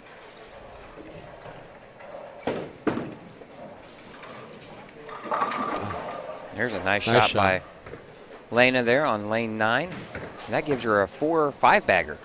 Right? No, 4 bagger. 8, 9, 10, 11.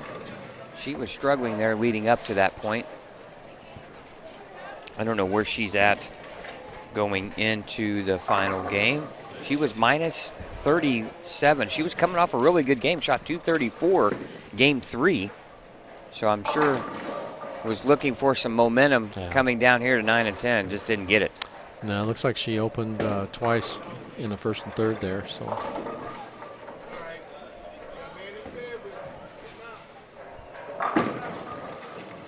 Throws it well. Wow. Yeah. Got lined up. Good finish, though. Throws the last 5 for 182. Not sure she's disappointed there. But, you know, that even though you don't make the cut, you finish kind of on a good note, right? Yeah, you continue to learn and see what you needed to do, and that's the positive you take out, that next time you run into that situation, that you get it figured out a little earlier, and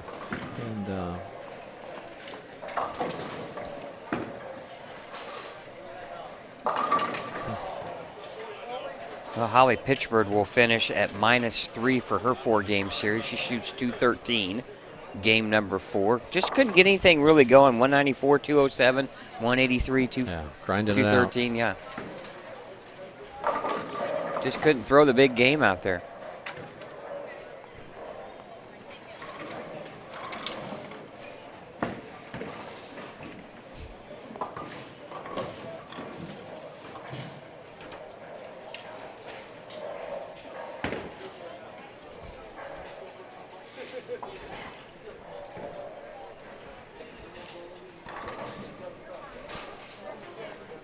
Again, we're just going to be a handful of minutes away from finding out our top 16.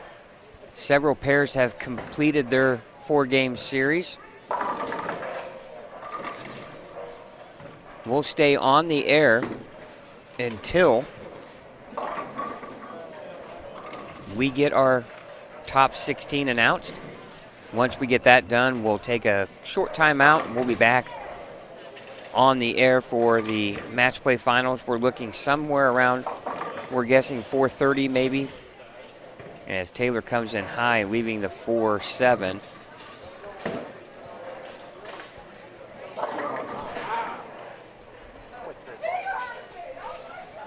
Yeah, and a good point, Chad said it's only 3 o'clock right now, so we're guessing that it takes about 45 minutes or so to oil the lanes, maybe an hour. And since there's only 16 bowlers, he doesn't have to oil all of those lanes. Right. Only what we need, probably plus a pair or two in case Right. of a breakdown. yeah, absolutely, good point.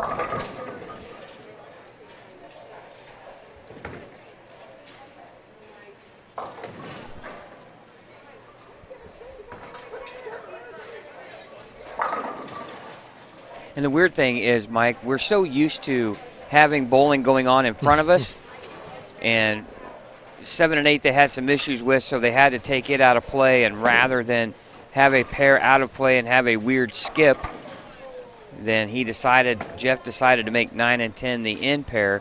So we would normally have bowlers on 3, 4, 5, 6, 7, and 8, and now it's kind of kind of dark in front of us, and boy, we're in trouble. You are in trouble. You better eat them all. I'm going to give in and have one probably. Well, what's your doctor's name? I'll have to get a hold of him. I bet you I do. One's not going to kill me. Oh, Dude, wow. those are hot. That one's mine, though, with 1 chocolate chip. So that's okay, right? Oh, no, there's another one over there. Oh, 2. These 2 have a lot of chocolate chips. So you're saying those are worse? Yes. So Jeff doesn't have Jeff usually gives us a rotation sheet for the double elimination match play as far as winners bracket games and each round. He hasn't done that yet, so we're going to have to make do on what pairs he's using. He's said he's going to work on it. That doesn't mean he'll get it done because he's busy in there. But I told him, I said, if you get it done, give it to us. Because usually with this, we know pretty much, what lanes he's going to use when, because we use the same setup, every time. So a little bit different this year. Boy, Angie, she really responded to that. Somebody must have said something to her.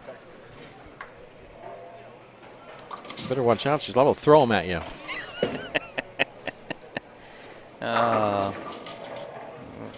Notice how the guy that's supposed to stay away from sugar is the first one eating it. I just can't eat gold plate like this. Oh. Well, that's one of the nice things about coming here to Championship Lanes is, they have a wonderful staff and take care of everything the bowlers need, and it's just a great facility to be in. And obviously they take care of us. Yeah, they got hot chocolate chip cookies.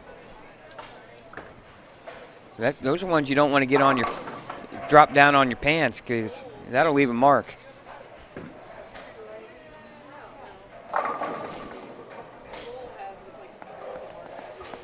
Well, that's you ever notice you go past certain restaurants and they have the grill ventilator, piping that out into the air, and it's like, oh, that smells so good. That's what they do with those cookies down there. And it's like the popcorn. You always got to have the popcorn going. They're doing that for a reason. They want you to smell that. Smells, yeah. We need to invest in smell-o-vision for the viewers. Yeah, there you go.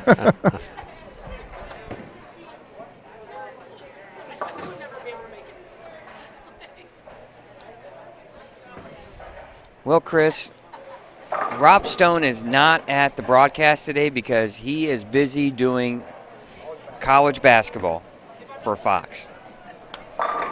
And that probably takes a little bit of precedence over the PBA Tour. I do like it better when he's on the broadcast. I think he's one of the top guys. So who's doing it today? I've heard Dave Ryan is doing it today. Ryan. Not my favorite. Dave Lamont was there doing the Flow Bowling parts of match play last night. I don't mind Dave Lamont. And I don't know if Dave was there in person. He might have been doing it remotely like Jack Grabowski did for the 5 region of qualifying. He did that all from home.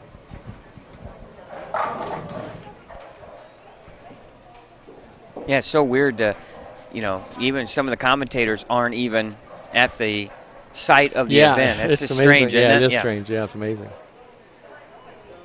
Not us. By We gosh, are here. we are here live, whether you like it or not. Oh. There's nothing like hanging out with a bunch of bowling people, I'll tell you what. Oh. It's really, to be honest with you, there's a lot of bowlers in the state of Indiana, but they're all pretty close. I mean, everybody knows certain players, and it's a pretty close-knit kind of a group. And Oh, yeah, I think so. I mean, these are the last shots of this round, and wow, what a great shot that was. well, we're down to our last pair going here, 13 and 14, and our last shot, essentially, of qualifying. Again, we're going to stay on the air, and we'll get you our scores. Oh, look at you. Look at you. Well, you just passed that like I had cooties.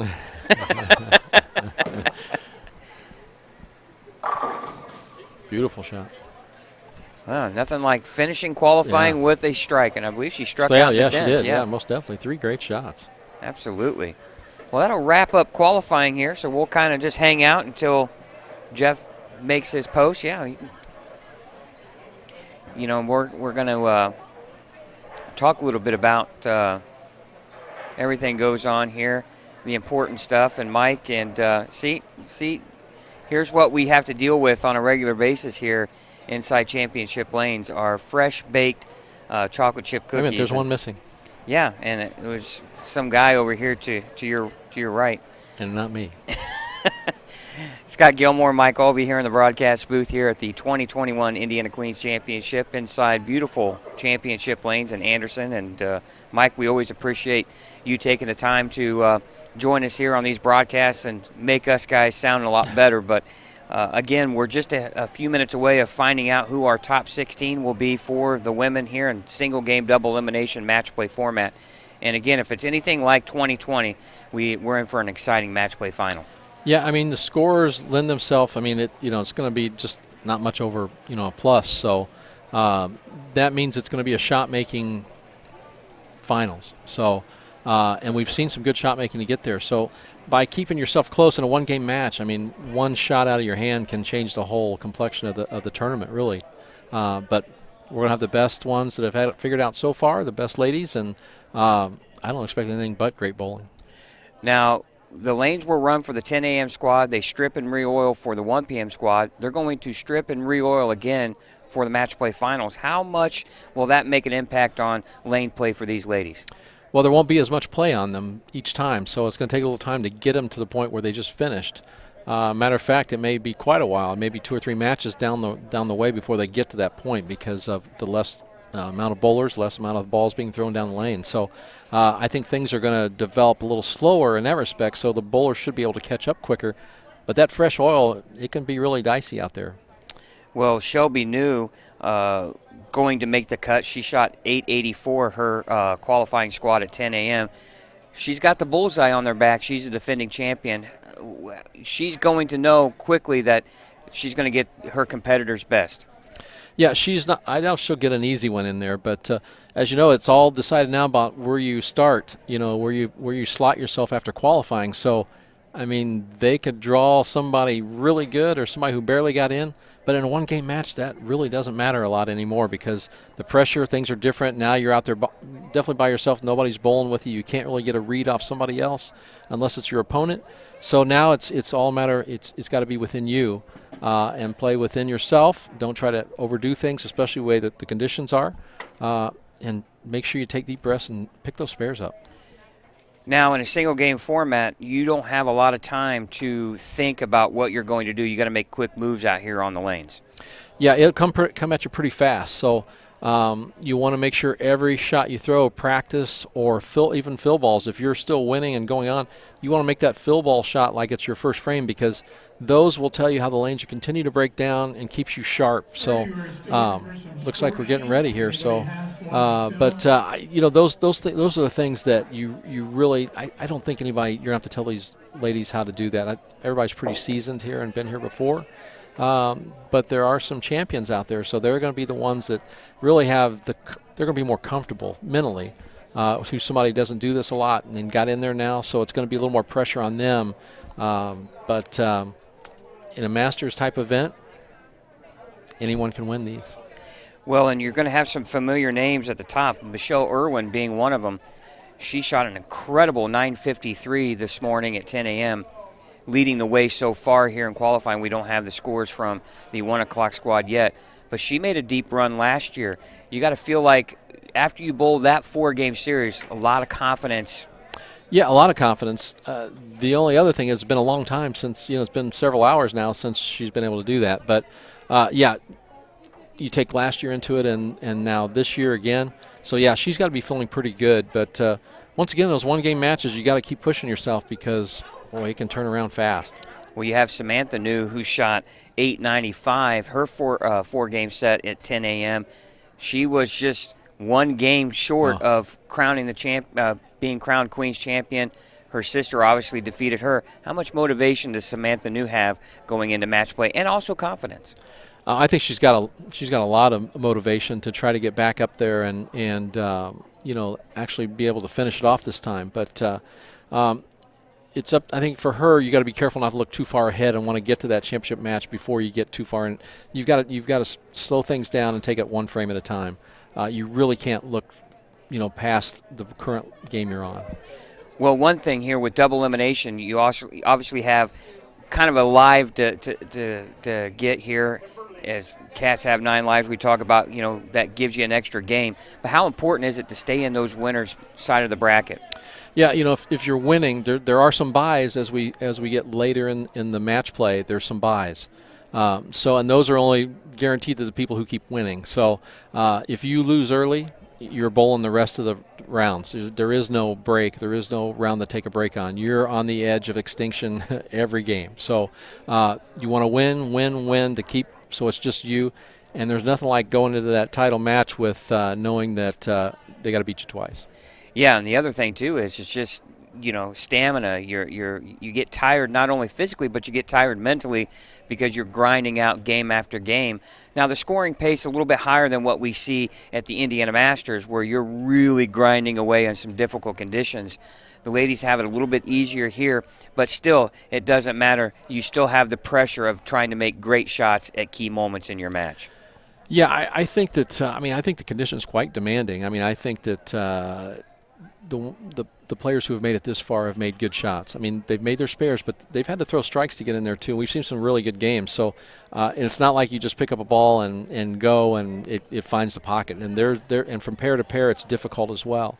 So and the first round of qualifying today was at 10 o'clock, which is hours ago. So by the time the champion's crowned, we're looking at probably 7 hours later.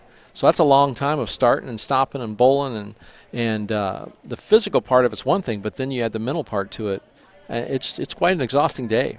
The winner definitely deserves it when it's over. Yeah, and not only do you get the prize money and the tiara, but we're also talking about the opportunity to parlay your Queen's Championship here in the state of Indiana into the USBC Queen's Championship too as well. Yeah, and that's when you get to go from here to the Nationals and you see all the great players from all around the country and the world, for the Queens. So it's a great opportunity to get to go.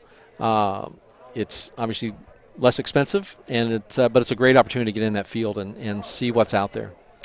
Yeah, and again, if this championship is anything like we saw back in November for the 2020 Queens, we're going to be in for a heck of a treat because these ladies put on one heck of a show last year, and we've talked about it quite a bit.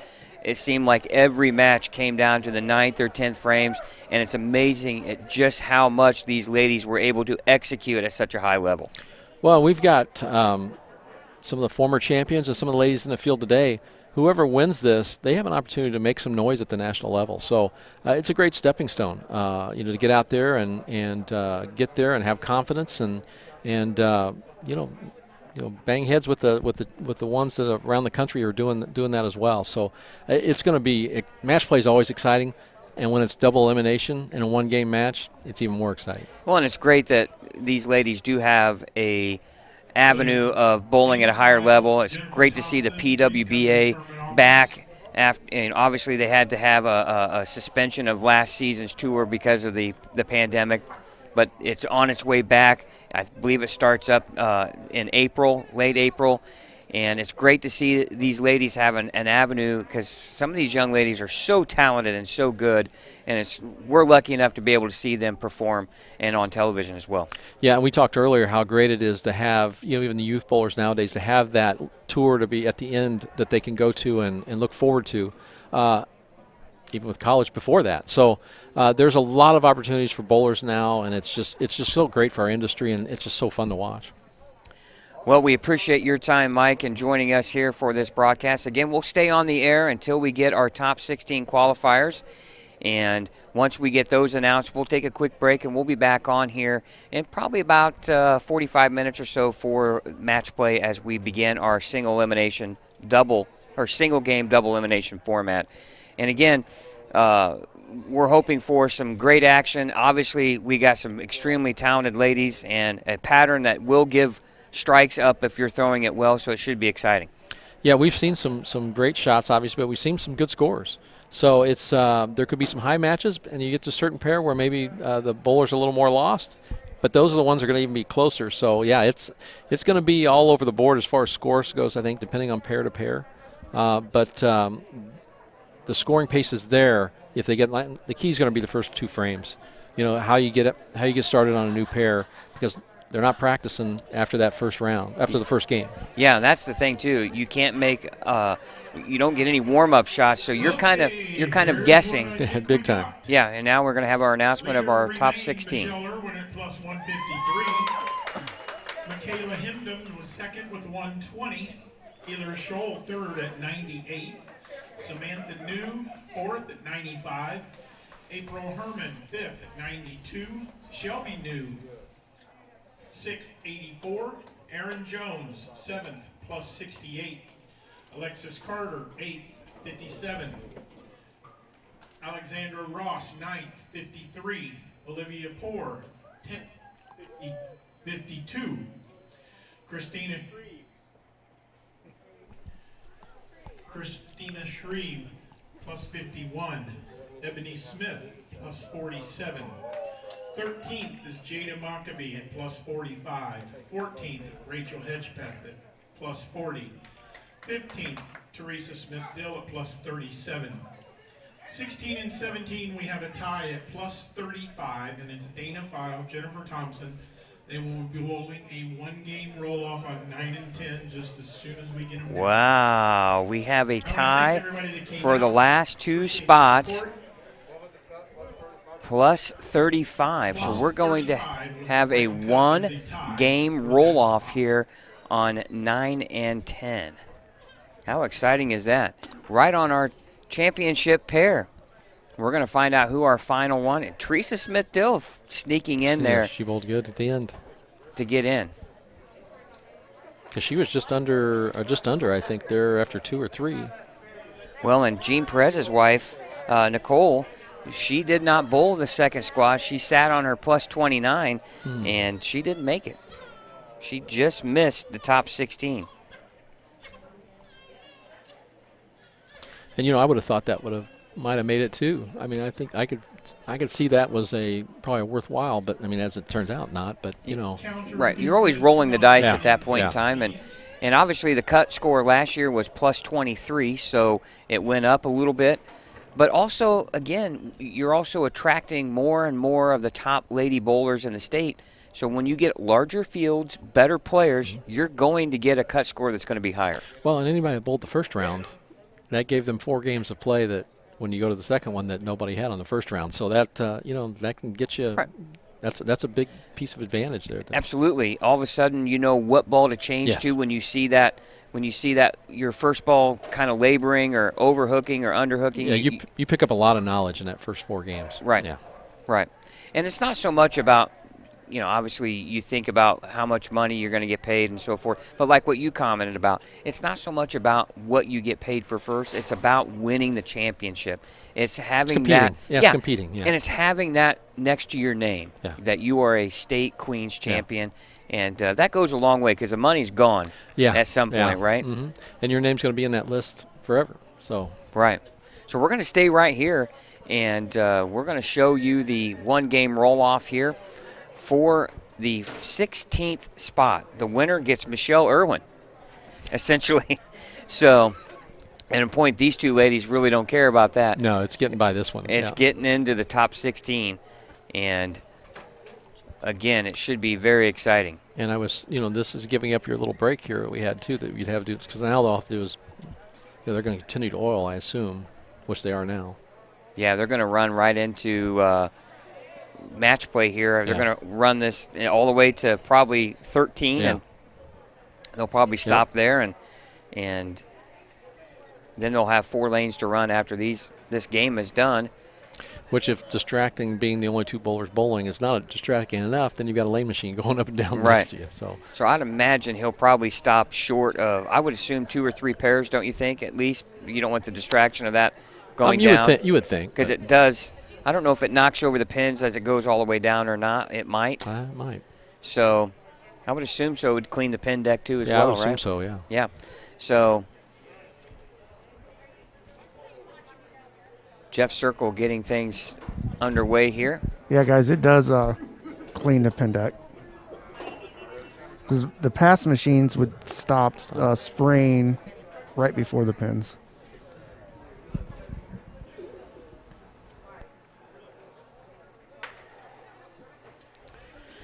All right, Scott Gilmore, Mike Albee here in the booth for our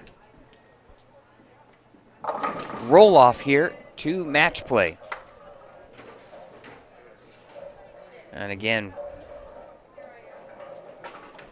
I should have been listening a little bit better. I do know Dana File is one of the participants. I'm not sure on the other. I'd have to look at the standing sheet. And that's in Jeff's hands. Yeah.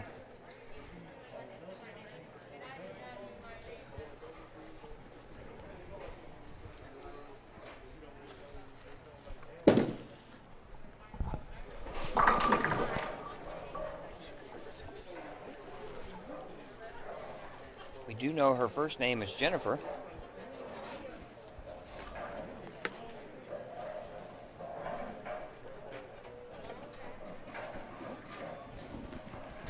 Also, since we don't have the score camera up yet, because we don't put that up until the championship match, we'll be sure to keep you informed on who's winning and losing and what they have.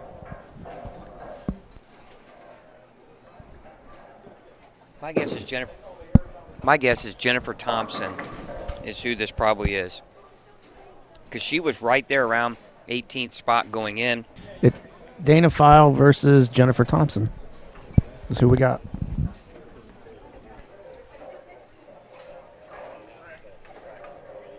Those of you from the last squad that got in brackets, the payoff is ready in the tournament office.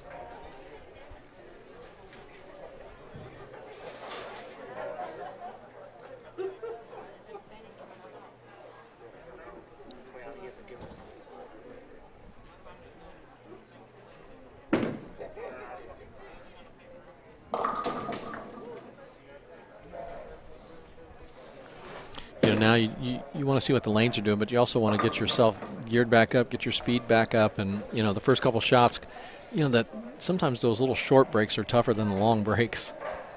Well, the other thing too is you kind of get finished and you kind of decompress a little bit, and you think, well, okay, I should be good enough to make it, and then all of a sudden when you're the number and you're tied with somebody, you got to get that adrenaline, back under and get your feet back underneath you. And this pair has not been rerun, so this is basically game 5 on this pair. So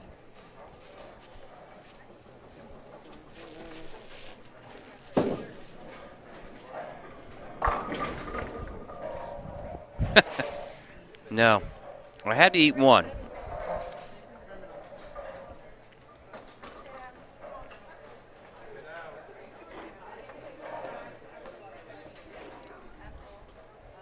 The nice thing is, really, this is not going to delay much of anything.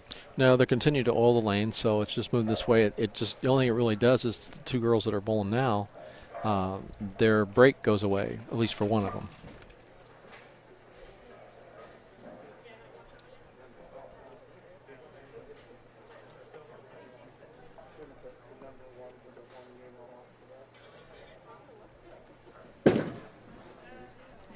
All right, we're going to have a one-game roll-off here between Jennifer Thompson and Dana File. They both tied at plus 35 for their 4-game series. And how important right now, too, is getting off to a great start and putting the pressure on your opponent. You want to send a little bit of a message that you're there. And watching them practice, Dana seems to be trying something a little shinier and moving out a little bit farther to the right. Hasn't seemed to work so far, but you got to figure the area where everybody's been playing, somewhere between 8 and 12, is the basic spot, has got to be going away a little bit, at least on the front end of it. That worked out pretty well. I would take that. I don't know how many balls they get on each lane, but I'd almost say I'm done. Boy, it's just, to me, always finishing on a strike in your warm-up, especially if your opponent was kind of, didn't have a good look in your mind. You know a little bit about your opponent if they quit early, because then they feel like they're ready. But if you see somebody continue to throw and throw, they're searching. Yeah, they're not mentally. They're not comfortable with what they got. Yeah, right, not you bet. what they've got. Although those last two shots, I'd feel pretty comfortable. I think those were both excellent shots by Dina. I think, for her, I would be like, yep, I've seen enough. Yeah. And especially when you throw those half pocket hits and that 6 takes the 10 out on a lighter hit. I mean, that has the indication that you're relaxed when you're throwing it, that you're getting the right move on the back end, but it definitely came off your hand really well. Mm-hmm. Okay, we're having a one-game roll-off. The winner advances to the eliminations. If there's a tie here, they have a 9th and 10th until it's broken. And good luck to both of them. Well, one game is better than a one ball. Yeah. Yeah, that's you talk about some pressure there. Oh, that's a man. tough one. Yeah.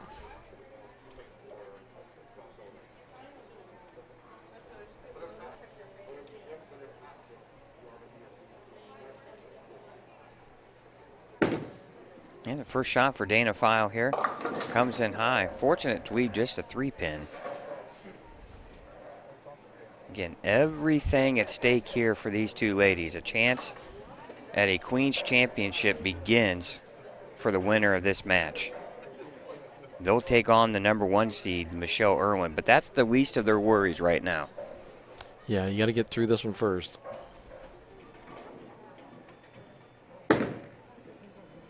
Now my question would have been interesting to know who they decided started the match.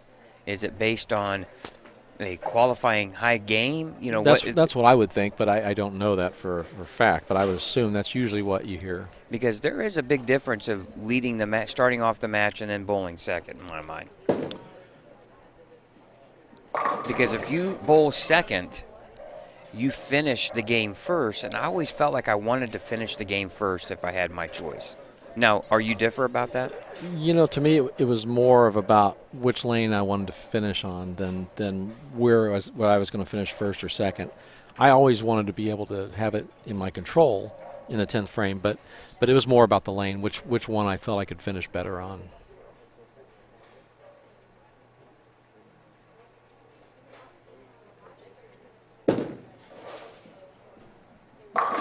Great shots. 2 great shots. Nice loft on lane 9 because Jennifer got a great roll. Once again, there's that half pocket hit that takes the 10 out with the 6.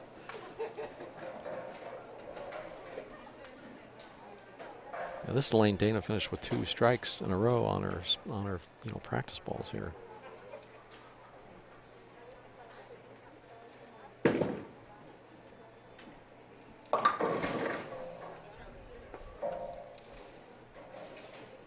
A couple of good breaks for her. I mean, she broke them down, leaving single pins. So make your spares and one frame at a time, make your spare and move to the next one.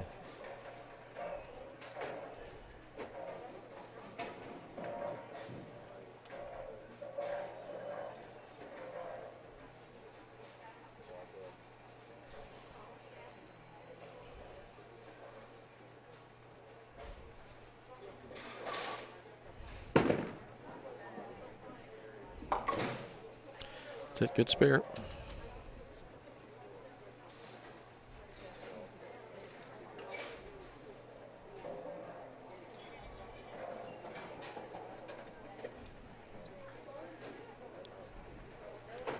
All right, 3rd frame here. Dana File finds herself 10 pins down here in the 3rd frame.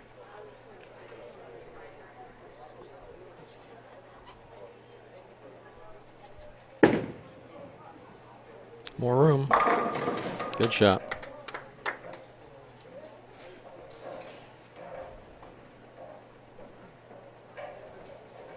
Yeah, give that a little more room to the right and got it up in there. Good strike.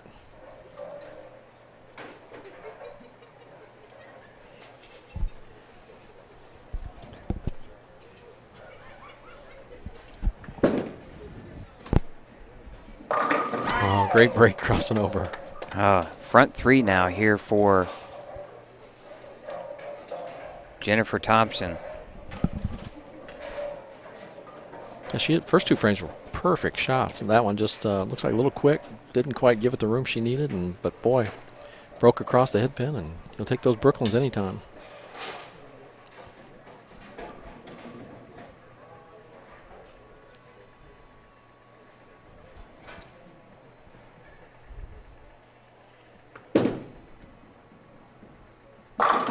Boy, and you talk Nice about shot. Boy, yeah, taking advantage of that. Wow, that was a great shot. you wanted a great start, and Jennifer got that with the front 4. You know, Jennifer's given a little bit of loft, so when you loft, it's very important to get the ball out onto the lane. But sometimes when you're trying to loft, you lift up, and that's kind of what happened on the Brooklyn shot. She just lifted a little early and got to cross over. But Boy, now a big shot here for Dana in the 4th frame. That needs to hook.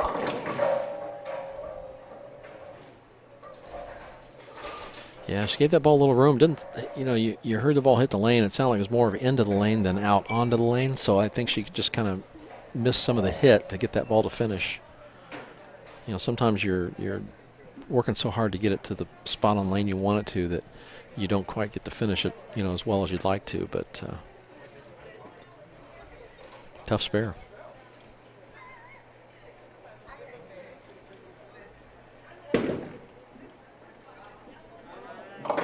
Yeah, good job.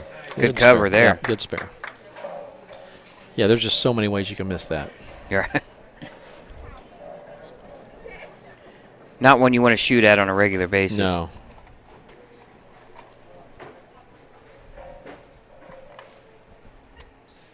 Well, she's still clean, held count, so that's important for Dana.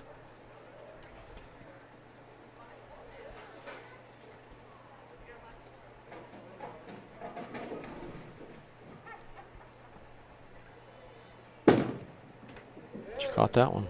Yeah, good shot. Great shot. Yeah, beautiful. So she's still in play. I mean, she's obviously down, 20, almost 30 pins, but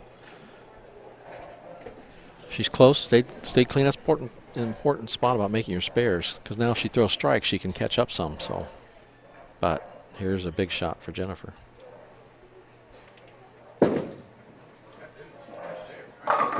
Oh, weak 10 there, but still right Yeah, there she in gave the it a chance. pocket. Yeah, gave it a chance. That was a good shot. Make this spare, and she still keeps a lot of pressure on Dana to throw strikes.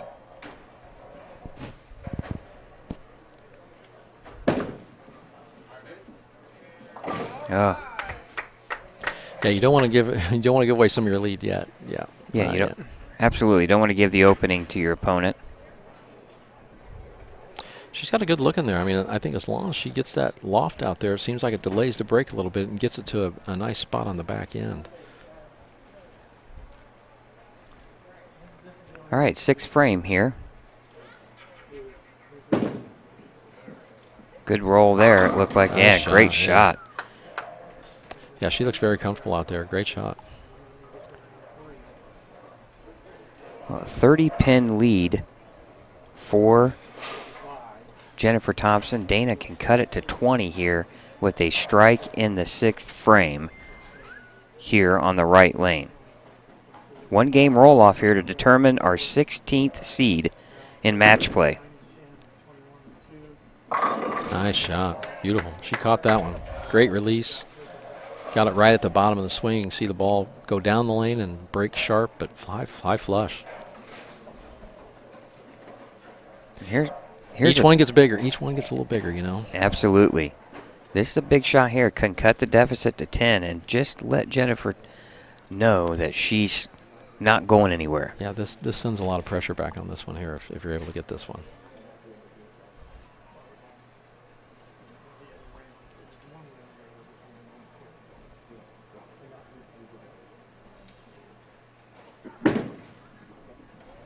It's got to push. Oh! Just comes up a yeah, pinch high and good leaves shot. a Yep. 4-pin. Ball had a lot of back end left on it, but it was a good shot. And now Jennifer can come back. She's sitting on a strike, so she come back and just take that 10 pins back.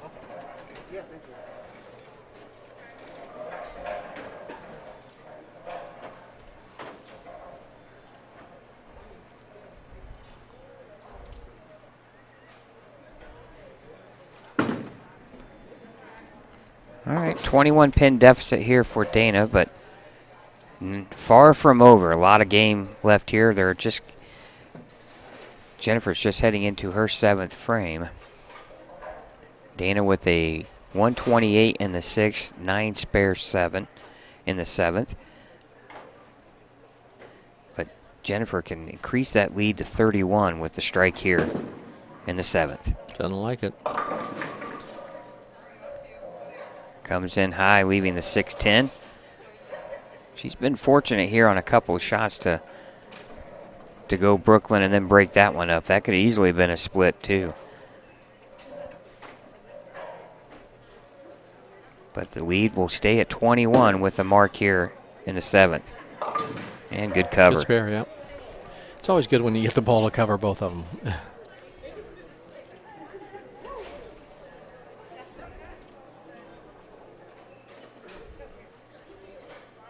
Yeah, Jennifer wants to keep throwing strikes to, keep Dana at bay a little bit here.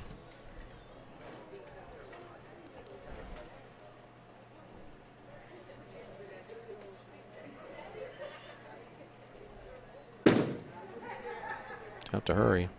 Oh, When it does, it away. rips Yeah, the wow, rack great and shot. Strike Great in the shot. 8th. And that pretty much forces Dana here to match Jennifer here in the 8th frame. Now Dana can shoot 238 Jennifer at a 2:29 pace.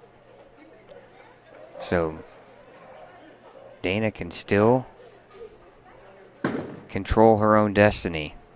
And that comes in high, leaving the 3-9, and that's trouble. That's a tough one, yeah.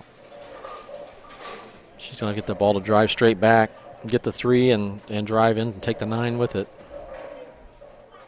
It's such a difficult spare because the double wood, you know, when you leave that double wood, the balls, you know, you got to throw the ball away and have it come back into it where, you know, if it's the other double wood, then your ball's going to be breaking into it all the way. So this makes it difficult.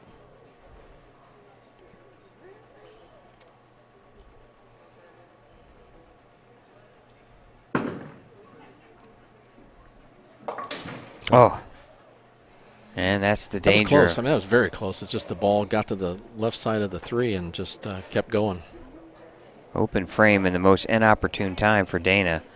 Now she has 215. Now she's going to need to strike here, and she's going to need a little help from her opponent. Yeah, she needs help.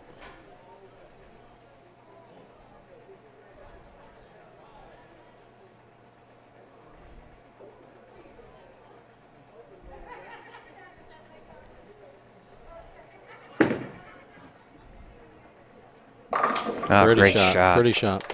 You know, that's what I like about this condition. I mean, it's demanding, but if you throw it well and you get it to the spot where you want it, it looks like you can score. But you've got to. It's just not. You know, you don't have 3 boards, 5 boards this way or that way. You've got to get it to a spot in a certain part of the lane.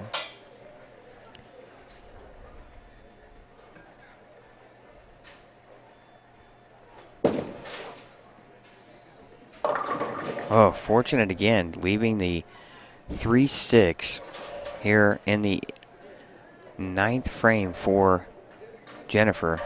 You know, Jennifer's playing them well, but you know, it's really a difficult shot to replicate each shot because when you're trying to get a little bit of loft, it's hard not to hit up on it. And it looks like that time you hit up. Jennifer hit a little bit up on it early, and then it's one to break quick. Good and spare. She covers. Yeah. Basically, a mark here in the 10th frame will lock up the match here in this 1-ball roll-off to determine our 16th seed here in match play finals at the 2021 Indiana Queens.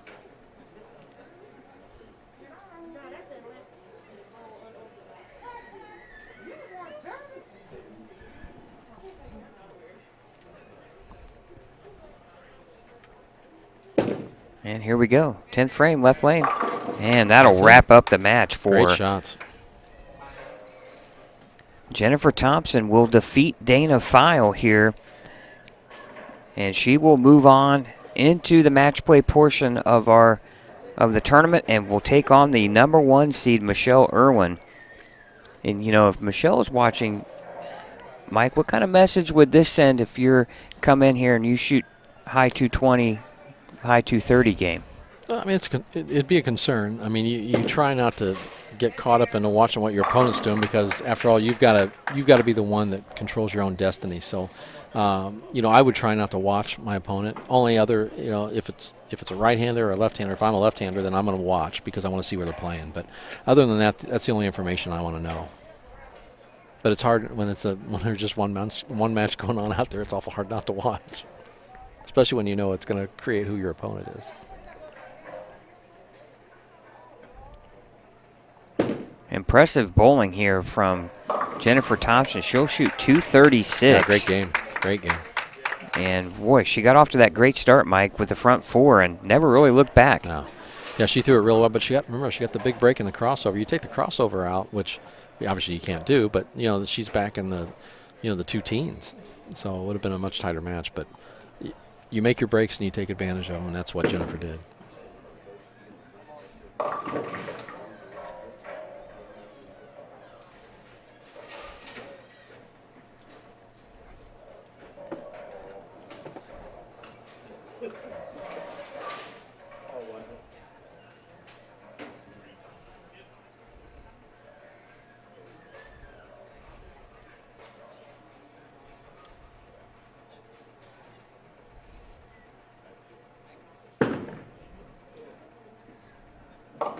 And an open frame in the 10th frame. And Jennifer Thompson again defeats Dana File, 236 to 181. That's your top 16. now for match play. We're going to take a quick timeout. We'll be back here. Mike Albee, myself. We'll be back for the match play portion of the Indiana Queens here at Championship Lanes. 5 minutes, we'll get sheets ready.